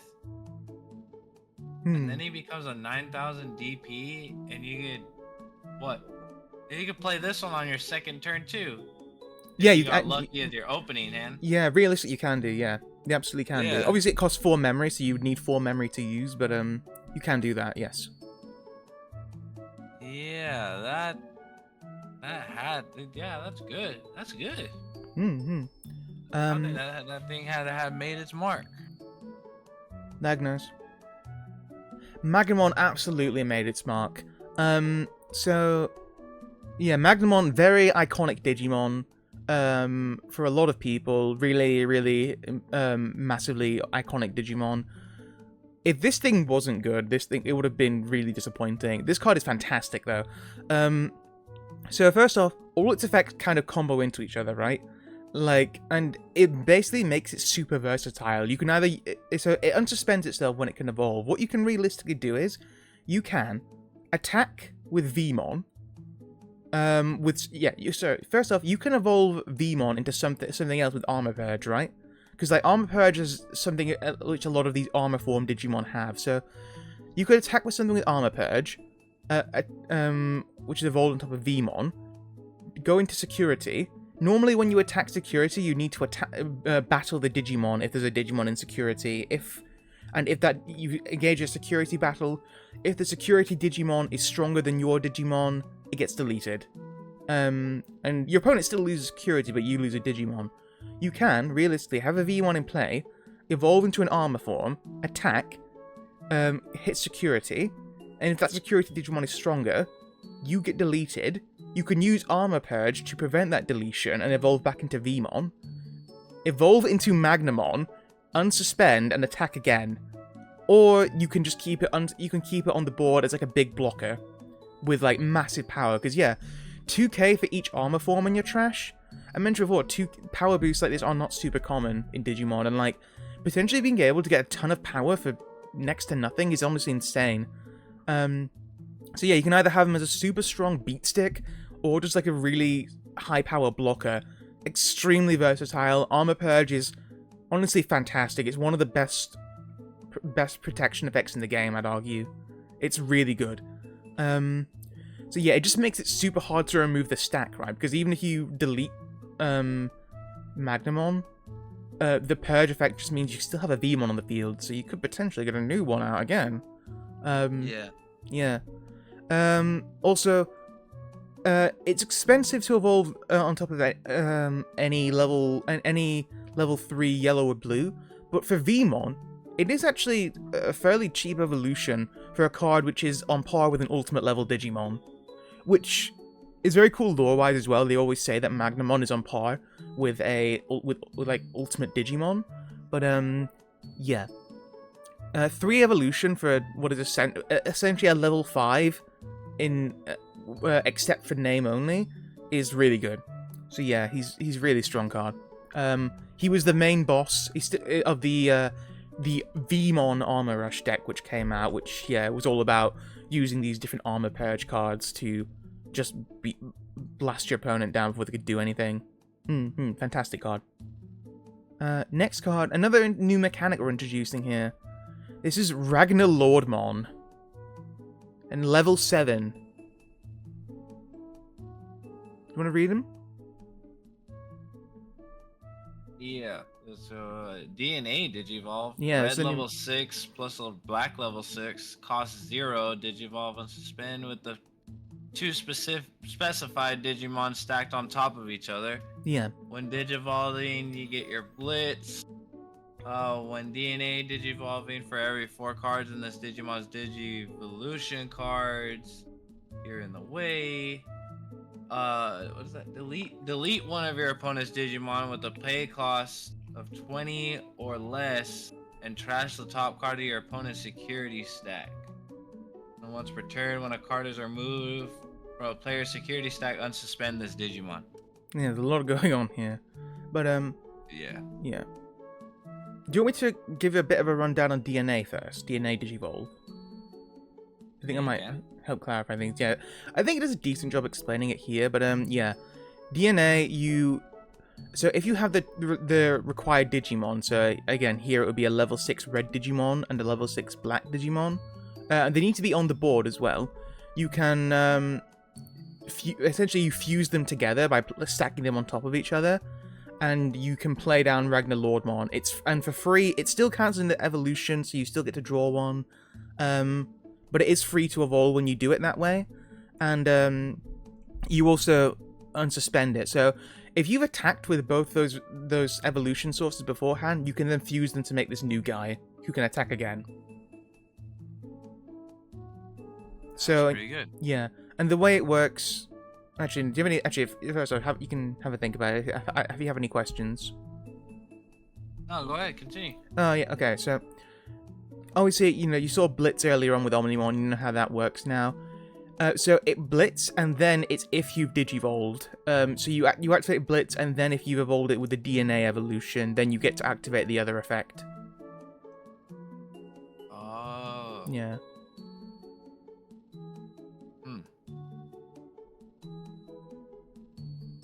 For every 4 cards in its Digivolution card. So if you've basically got a big stack underneath it, you can delete a ton of Digimon.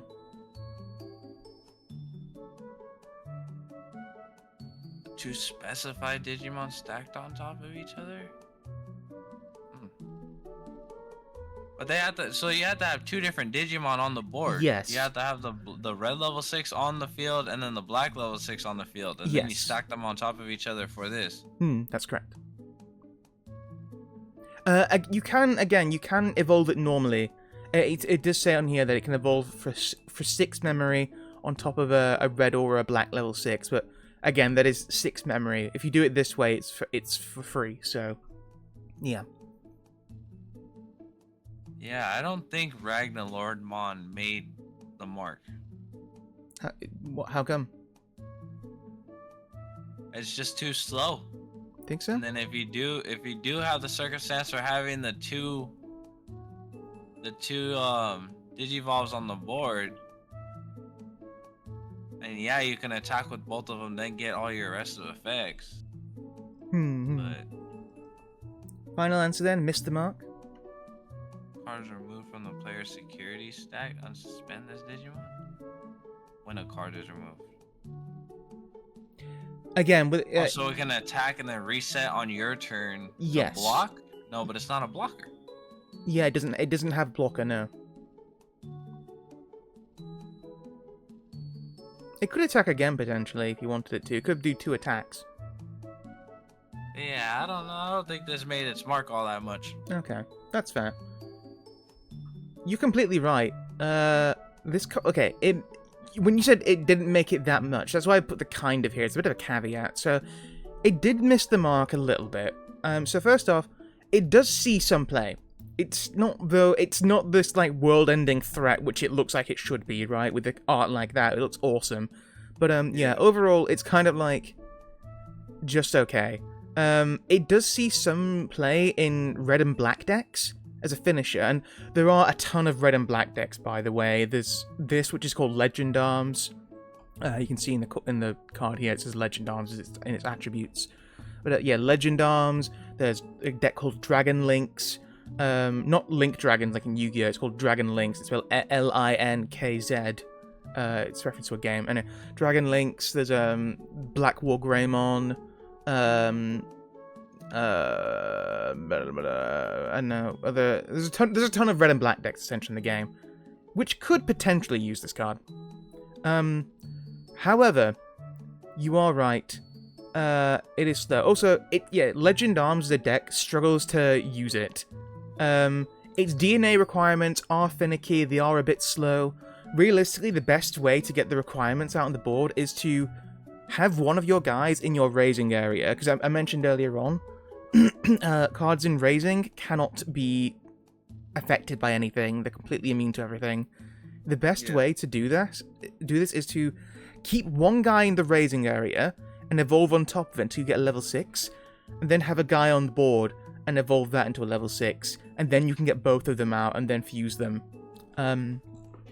Realistically, that's the best way to do it, and it's a bit risky at times. It's a bit slow, as you said, a bit finicky.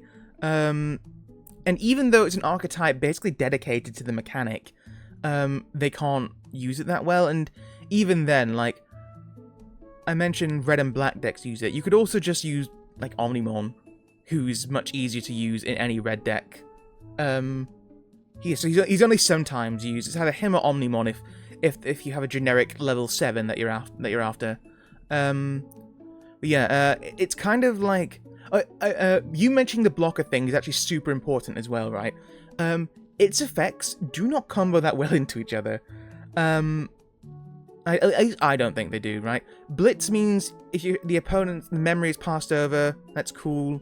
But granted, the Blitz will only activate if you've not DNA Digivolve, because that evolves it for free, obviously. So the Blitz probably won't come up that often. Its removal effect is very strong, and getting able to trash security is always good. And then it can unsuspend, so it can realistically attack twice per turn, but you're not guaranteed. And yeah, it would really appreciate blocker, right? Like, black is the most common blockers in the game, and realistically, especially if you're running an archetype, it can very easily get blocker as an inherited effect. Would really appreciate it natively. Really appreciate just having blocker as itself, rather than having to rely on inherited effects. This is a real example of a strong card that can be difficult to use to full potential. And as I mentioned before, whilst this card is strong, it cannot support a whole deck by itself. It's kind of one of the opposite way around, where the deck needs to build towards him. That's the point of it, but he can't support the deck by himself. You need something else. He's the end goal of the deck, but as the end goal, he can't do any of the mid-game things.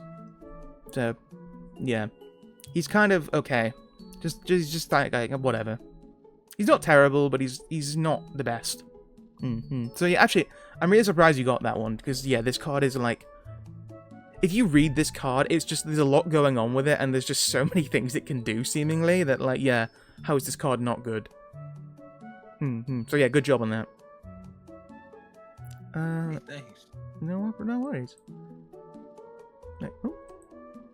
Right, here we go. We have a new tamer. Not had a tamer in a little bit. This is another blue tamer. This is Jerry Carter. Why does this one look like the budget ran out? Okay, I don't know why. For some reason, they'll do these, like, for tamer cards, rather than do unique arts for them, like they do with all the Digimon, they'll do, like, weird, like, PNG-looking things and like, promos taken from the anime or something. I don't know why. It really pisses me off.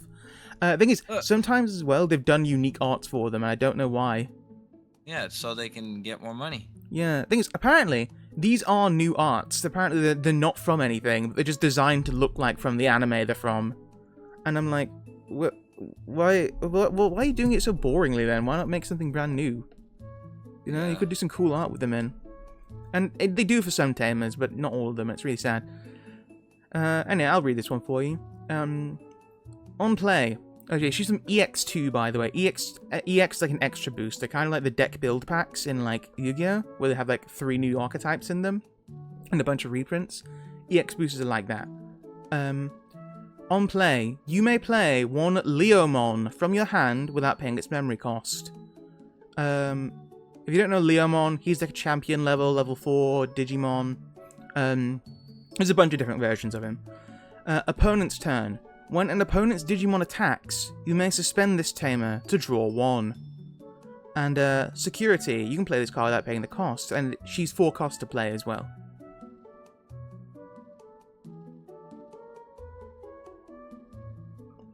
Yeah, I don't. Speak up, boy. I don't think she made the mark.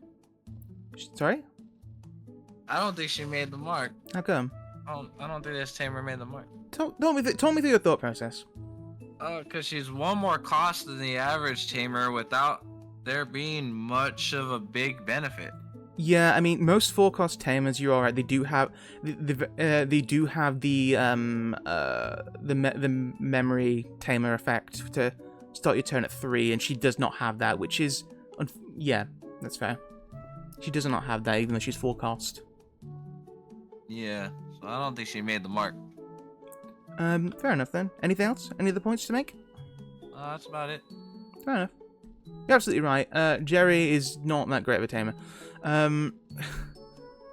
So yeah, that is a big thing. She doesn't have... It's always kind of a downgrade on tamers when, like, they're 4-cost, but they don't have a memory tamer effect, right? It's like, okay, you need to be absolutely phenomenal to make up for that. And if they don't, if they're not phenomenal to make up for that, because I think she could very easily be a 3-cost tamer, and it wouldn't matter that much. But yeah, it's like whatever. Play a Leomon from your hand without paying the cost. That could be any Leomon, any level 4 Leomon. Because it doesn't have to have the name Leomon. Leomon has evolutions, but yeah, it can only play level 4 Leomon. Now, this is basically archetypal support for an archetype that did not exist at the time. Like, are you serious? Okay, so there had been a couple of Leomons beforehand, and it's pretty funny as well. Like, Leomon in the anime, Leomon's kind of become a bit infamous in Digimon as, like, whenever he's been in the anime, he will almost always die. Wow. Every time there's been a Leomon character, he'll always have some, like, heroic self-sacrificing death, and it's like, and even like the card game is played into this by having a lot of Leomon cards have like on deletion effects. Wow. Yeah, they all have effects for when he gets killed. Now, there was a Leomon, a super rare Leomon even, released in the same set as Jerry here, which you could play for free with her effect. Even then, it's like, well, you're asking for an archetypal support for an archetype which isn't a thing, right? There is no dedicated Leomon deck. There was like some Leomon cards in blue, some Leomon cards in green, and I think one in yellow at the time. And none of them were that useful. None of them were used that much.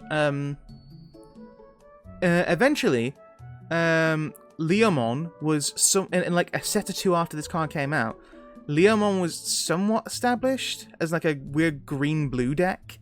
But unfortunately, Jerry here did nothing to help establish the non-existent win con of that deck. It was cool that Leomon had a deck, but it was not cool that it didn't do anything except for have on-deletion effects. It's like, I guess you just attack and then you die and then you use an effect and that's all you do with it. Yeah, also, when opponent's Digimon attacks, suspended to draw 1, not great. It's fine, whatever, who cares? Yeah. Getting a free Digimon for her cost is nice. But, yeah, it's ultimately whatever. Eventually, Leomon, earlier this year, actually. Earlier this year? Maybe end of last... No, I think it was earlier this year, yeah. Leomon did eventually get good support. And it kind of got completely redone from the ground up, very much established as this, like, green, yellow, black mix color deck. And Leomon got super, super cool. Jerry does very little to help that deck, even though her effect is completely generic and can summon a Leomon of any color. She rarely, if ever, sees play in modern Leomon decks, just because she doesn't do enough. Yeah. Yeah, missed the mark completely. Yeah, poor Jerry. She's cute, at least. I don't know. She's a fun character in the anime. It's a shame that her card sucks. Maybe she'll get a retrain in the future. I don't know. Yeah. Actually, in the anime, it's really sad. So, yeah, she can do this Leomon stuff because she's Leomon's partner. Leomon dies. She goes in this massively fucking depressive state. And it's really fucking sad because she's just seen her friend get killed. And the entire, like, final part of the series is her being infected by this weird virus system. Which is, like, taking advantage of a weak emotional state. And essentially started this, like, Evangelion-esque, like, apocalypse event because of her. Oh, jeez. Yeah, I know, it's fucked up. Yeah, Digimon Tamers, the 3rd season, it goes to some dark places. But, yeah. Anyway, We can do a few more. I don't think we're gonna get through all the cards here because we're already going 2 hours now. But yeah. Here we have Mega Digimon Fusion. Do you want to read this card? The next time one of your Digimon Digivolves from level 6 to level 7 this turn, reduce the cost of the Digivolution by 6. At the end of the turn, return the Digimon that Digivolved with this effect to the bottom of the owner's deck. And then if it was in the security, it gets added to your hand.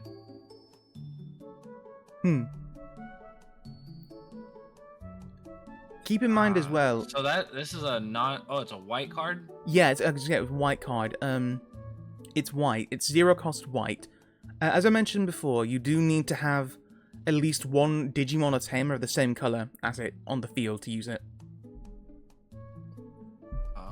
Or in your egg zone as well. You could have a white card in your egg zone potentially, but that's really uncommon because, yeah, there's not that many white Digimon. Which can be in the egg zone, I don't think. Unless I'm wrong, yeah. This card seems extremely situational. Because, yeah, it's a good effect from 6 to 7 to reduce Digivolution, but losing that Digivolution at the end, dropping it to the bottom of the deck, but then also, yeah, but also needing the requirements to even activate it. This card doesn't seem like it hit the mark. Yeah, I think it missed. I think it's just way too situational. Yeah. No, I completely understand it. So I think you'll be happy to know that you did not get this right. This is the only banned card in the game. Really? It's the only banned card, and I'm going to explain. Yeah. So first off, you mentioned how you lose your big dude at the end of the turn. That doesn't matter if you win the game. Level 7s, like Omnimon earlier on, are often strong enough to either warp the game in a way where you're going to be in a winning situation and your opponent's going to have to play catch-up, or you can just win the game with them normally. If your opponent's on low enough security, you can just win the game normally with them. So, yeah. This card is... the negative effect often matters very little, because you can just win the game instantly with it. It is a 0 cost option. You know, I think you'll see a pattern here. So a lot of times 0 cost options can be problematic. And there are a bunch of other 0 cost options actually, which people say are problems. Just recently actually, in the new ban list which came out yesterday, a card which had been in since Starter Deck 2, a 0 cost option card for blue called Hammerspark, got restricted to 1 copy because it was kind of like, you know what, we need to slow down blue decks, they're too good. And that's fine with me. Fuck blue. I don't like blue, but that's just my personal preference. Yeah, Hammerspark got restricted, and that was a 0 cost option, which just gave you free memory. And it's like, okay, that's great. But yeah, this essentially allows you free access to the objectively strongest cards in the game. Level 7s are always the best. Also, it enables a lot of super strong combos and loops. Now, the restrictions, right? It was originally limited by a really small number of white cards in the game, right? So, like, when this came out, like, the only white cards were really, like, level 7s themselves, which, well, if you already got level 7 out, you don't need to use this unless you want to get another one out, I guess, which seems a bit pointless. But, yeah. Unless you already have a level 7 out, you can't use this card. In the same set this came out, there were a bunch of other white cards which appeared, mainly Tamers. There were like 3 white Tamers which came out. They were all very like archetype specific though, so you couldn't realistically use it that well with a lot of them, and you could do a bit, right? However, it did start some dangerous loops. Like one of the first big loops in the game was called the Lilith loop, which involved using this card called Lilithmon and Mega Digimon Fusion to basically recycle a bunch of option cards from your grave, gain a ton of memory, and then evolve into a bunch of uber powerful level 7s, like Omnimon Zwart, I think it was called, Omnimon Zwart, who could then summon a bunch of Digimon from your trash to your field for free. So you'd use this Lilithmon loop to spam Mega Digimon Fusion and a bunch of memory gaining options, play Omnimon Zwart for free, and then just like shore up your board and either have like a massive defensive wall or have a massive offensive wall, which are guaranteed to kill your opponent next turn because they still have summoning sickness. But like, yeah, really, really like one of the first big loops in the game. And yeah, as the game has kind of just grown bigger and the card pool's grown bigger, inevitably more white cards have come into the game. And this kind of as this was proving to be more and more of a problem with more and more white cards around causing problems, Mega Digimon Fusion had to be banned to future-proof the game. It was already causing a mess, and they banned it because, listen, it will only cause us a bigger mess, so we understand we need to get rid of this thing. We don't think limiting it will just be enough. So yeah, it's one of the most problematic cards ever made, and it's the only banned card. Yeah. Yeah, I was wrong. Yeah, it's really good. Yeah, it's just one of those things of like, it's like one of those things of just natural card pool enhancement making it better. You know what I mean? Yeah. Yeah. Here we have another card. This is our first X antibody card, Greymon X antibody. So just to give you a bit of before reading this one, to give you a bit of context, X antibody cards are like alternate forms of Digimon, and they can often evolve on top of cards of the same name for free. So you can see here, it's going to either digivolve on top of a level 3 black or red for 3 memory, or it can evolve on top of any Greymon card for 0. So yeah, they're oftentimes like alternate forms which can evolve for free or maybe 1 cost or something on top of their normal form. And they're meant to be like upgraded versions of them, or altered versions of them even. And yeah, they all have the X antibody trait. You can see that in the name and in here. And yeah. So yeah, do you want to give this a read? Hey, on your turn, when this Digimon would digivolve onto a card with Greymon in its name, reduce the cost by 1 for each of that card's colors. And then all turns, when this Digimon... Oh, it's an inherited effect. When this Digimon with Greymon / Omnimon, you're in the way again. Nope. In its name would be deleted or returned to your hand or deck by an effect by placing 1 X antibody from this Digimon's Digievolution cards at the bottom of its owner deck. Prevent this Digimon from leaving play.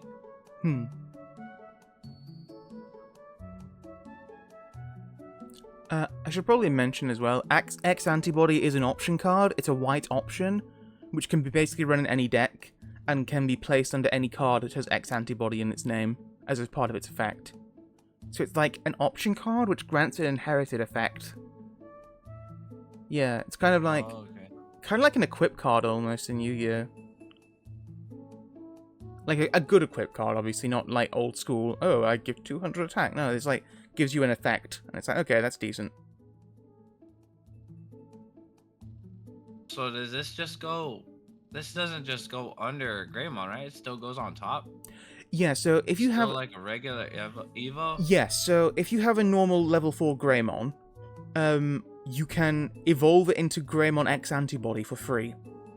With its effect, Digivolve for Greymon for cost 0. Or you can evolve it normally as well, but again, it's 3 memory to evolve on top of a level 3 normally. So yeah, it can be used, and that Greymon as well can be any color. It can be black, it can be red, it could be yellow even if you wanted it to be. I don't know. I can't remember if there's any yellow Greymon. I think there is. Yeah, no, this one's got me stumped. And yeah, I really don't know. When it's saying digivolve into a card, it's when itself digivolves. So you can evolve into normal Greymon for free, and when you digivolve into another card with Greymon and its name on top of itself, it reduces that cost. Ah. Interesting. And it's by 1 for each color. So if it's a dual color card, it can reduce the cost by 2. If it's a single color, it reduces it by 1. And yeah, I think it's still. This one hit the mark or not.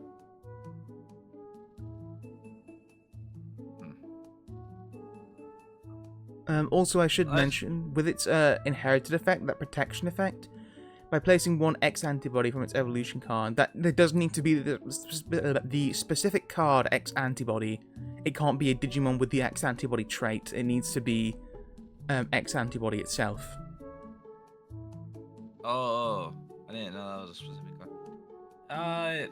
This was simple. It's easy. I think I was just gonna say it made its mark because it can be played. It sounds like it. It sounds like it would be or regularly did get play. You're right. It made its mark completely. It is currently limited to 1 copy. Oh wow. Yeah. Basically, it allows super cheap evos and super easy evos in any kind of Greymon centric strategy. Like, I think this code was intended to be used for Black War Greymon, but it can be used in any kind of War Greymon strategy. You could potentially use it in like Geo Greymon even, which is Shine Greymon, which is an alternate Greymon deck. Yeah, any kind of Greymon based strategy though can basically use this card to massive advantage. And yeah, it was used all over the show. When it was at 4 copies, and even now it's still used at 1 copy because it's still good. Yeah, speed. It allows decks like War Grey, like Black War Grey, potentially even Shine Grey. Shine Grey is normally like a yellow and red deck, but I guess it can still take advantage of it because it's Greymon and it's red. So yeah, any kind of like Greymon based decks essentially to like have a massive offense advantage. And generally, it's way too easy as well. Also, its protection effect is pretty powerful. Whilst it does need you to have the X antibody card in its evolution sources, it's easy to get there due to the effects and such. So it's not that condition's a non-issue a lot of the time. But yeah, the protection effect is nice. Also, interestingly, you could use a card with an effect like this combined with hidden potential discovered and make it so that it can't be returned to the deck at the end of the turn, which is pretty funny. Not in tournaments, obviously, because that card is banned. But if you're playing a friendly game and you use Mega Digimon Fusion with this card in your sources, you can prevent it from leaving the field at the end of the turn. So that's pretty funny. Oh jeez. Yeah, but the protected effect's nice. The evolution effect, its main effect is insane. Just really speeds up Greymon way too much. A lot of people want this card unlimited now, though. Like, in the ban list yesterday, I was watching a lot of build-up for it, and a lot of people were thinking, well, I think everything's fine on the list now. Maybe take Greymon X off? But, if it doesn't, it's fine. But I think people are thinking, maybe it's time Greymon X can come off now. It's been restricted for a fair bit now.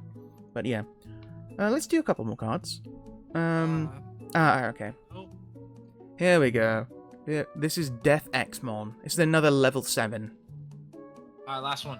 Okay, yeah. Okay, actually, you know what? Yeah, Death Xmon is a good one to end it on. Because it's a big boy. So, if you want to go ahead and read it, it's purple and black Digimon. It is. When you would play this card, reduce its memory cost by 3 for each Digimon and Tamer your opponent has in play. On play, when Digivolving, de-Digivolve 1 all of your opponent's Digimon. Trash the top card, you can't trash past level 3 cards. Then delete all of your opponent's level 4 or lower Digimon. End of the opponent's turn, once per turn, delete all of your opponent's Digimon with the lowest play cost. And it can Digivolve onto a level 6 by paying 6? Yes, level 6 purple or black. And it's purple and black itself.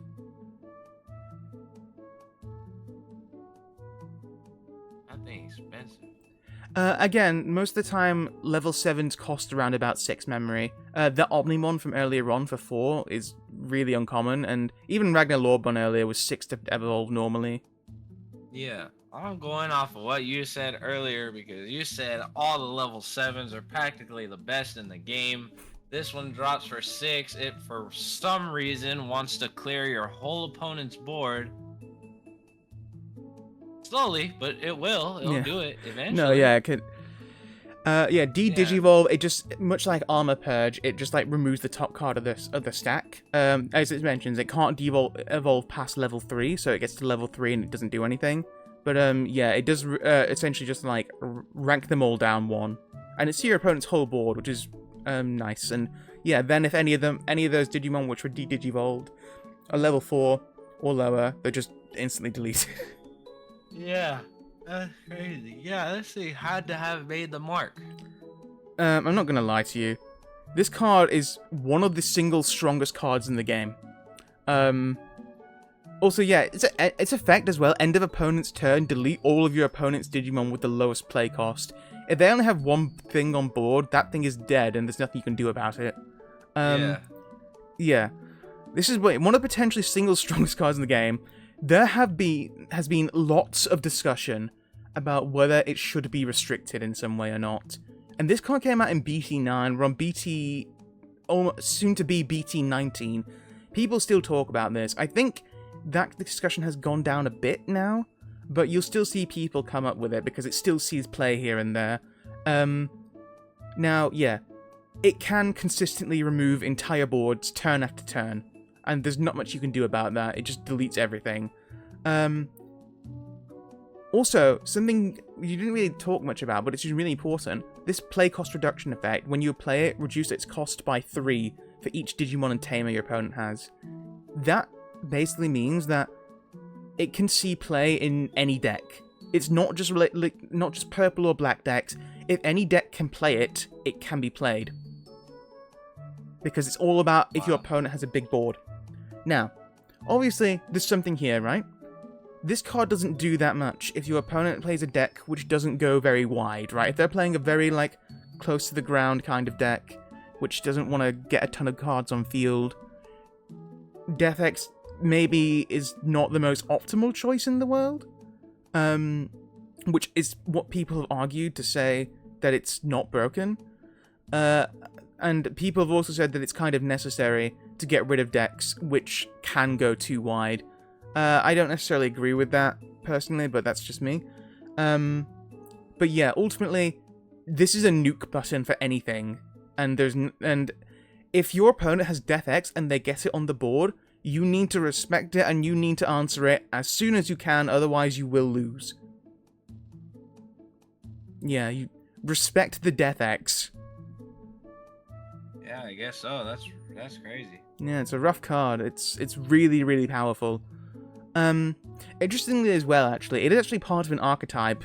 Death X is an archetype as well, but it rarely sees it rarely saw success in its own home deck, because whilst its home deck has kind of gotten better now, it originally was not super good. But it's kind of just seen play in every single other deck in the game just because it's so good. It's kind of like Trishula, right, in Yu-Gi-Oh!, where, Trishula and I guess all the Ice Barrier monsters were super good Synchro monsters, but their main deck was just kind of, so not worth running that had no game plan. No one used Ice Barriers, but everyone used the Synchro monsters. It's the Trishula of Digimon. Yeah. Yeah, both in terms of potency and effect. Yeah, there's still debates about whether it should be restricted. It is, in my opinion, it's kind of game warping. I think it should be hit in some capacity, but that's me. Yeah. That's just you. Yeah. That's just you and only you, but you don't even play the game, so. I do. When? Just not with you. I don't have friends here to play it with. Anyway. You go outside? Anyway. Listen, I can go outside. I won't burn alive. What are you talking about? Anyway, do you want to leave it there then for today? I think Death X-Mon is a good point to end it on, as yeah, the potential king of Digimon as a single card goes. Yeah. Excellent. Yeah. Coolio. Yeah, you put the camera up and then you just go private voice chat and Discord, and then you just put the camera at your playmat. That's how you play your friends. Are you? Yeah, or Tabletop Simulator or something like that. The Digimon's on Tabletop Simulator? Yeah, there's also lots of fan simulators for it. They actually recently released a automated sim for it actually as well, so you can use that. Oh, jeez. Yeah, kind of like what's it called? The Yu-Gi-Oh one, Yu-Gi-Oh Pro Online, YGO Pro. Yeah, it's kind of like that. Oh yeah, that's dead now, I think. No, it's still alive. That one's still going. There's a bunch of them which are still being used. So yeah. Anyway, I hope you've learned a little bit about Digimon here and what constitutes a good and bad card. What do you think? I've learned a lot. Yeah. You I've sounded learned a genuinely lot. happy there when you said that. I learned a lot. Yeah. Oh, gee willikers. Yeah. Gee willikers. Oh. I've learned so much today. Oh, woo. Yeah, I learned so much today, and my day is only getting started. Yeah. Let's fucking go. Yeah. What a great morning. You know, Amazing. who doesn't love learning on a morning? Wait, I don't know if you were here when I was mentioning before. I got woke up yesterday morning because there was a storm going on, and it was going on throughout the whole night. And I went to bed at like 1:30 because I was like being dumb and like and stuff. But then this storm woke me up at like 6:30 in the morning. Wow. Yeah, because like it yanked my window open. Like Oh, my window isn't open, which is one which like I pull and then push forward, and it just yanked it open from the inside. Like, how the fuck do you do that? And apparently, yeah, a bunch of trees have fallen over in my area as well, and like blocked off roads. Man. No, they're like, This storm's crazy. It's gonna take you out. yeah, no, like It's I think gonna take you out. it was weird, right? Because like it was only in like the night and early morning, and it kind of wasn't there for the rest of the day. But like it was enough for like I've noticed that like hang on, wait, why has this tree been chopped down? And it seems like some trees have just been like had to be chopped down, or they've just because they've been causing incidents, or they've just been straight up blown over and had to be chopped Wow. as a result of that. Like I saw one of them and like, it was very clearly ripped out of the ground, and I'm like, huh. Well, that's That Oh. no human could do that. Essentially, the way it was done, it was very haphazardly done. It's like, well, you just got ripped Yeah. out of the wind there, and like that's insane. Yep. Yeah. Anyway, but yeah, It's crazy. I hope you had a good time, Diagnose. It's always a good time talking to you about Of card course games. I did. Yeah, Yeah. yeah. It's always great talking to you, man.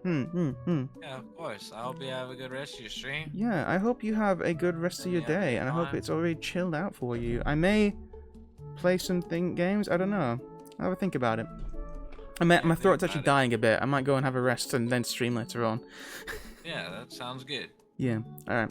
I'll see you in a bit, bud. I'll catch you next time. Have a good one. Bye bye. Bye.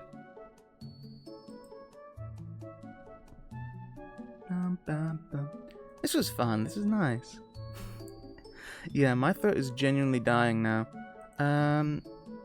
Tell you what. Yeah, what I think I'll do is I shall go and have a bit of a vocal rest because my throat's very sensitive, and then I shall see if I'm up for streaming Fields of Mystery later on. And if I am, I'll have a go at Fields of Mystery for a couple hours, and yeah, if not, that's okay. We got the Digimon stream done, which is awesome.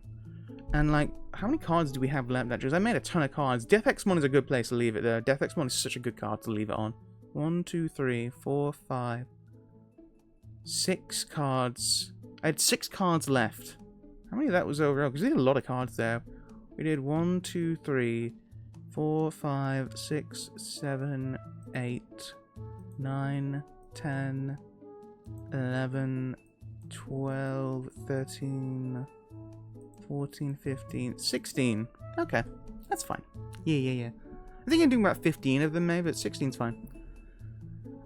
Yeah, we still have more cards. I was thinking maybe for, I can work on even more Digimon cards I want to talk about in the future. But yeah, that's going to be everything for today, folks. Is it? Yeah, let's leave it there for today because my voice is dying. Yeah, hope you have a wonderful rest of your day, evening, afternoon. I'm gonna go and have some warm water and yeah, chill out. Ow, my foot. Chill out for a bit, and yeah, I'll potentially see you back later on. All right, see you in a bit. Thank you. Bye. Bye. Bye.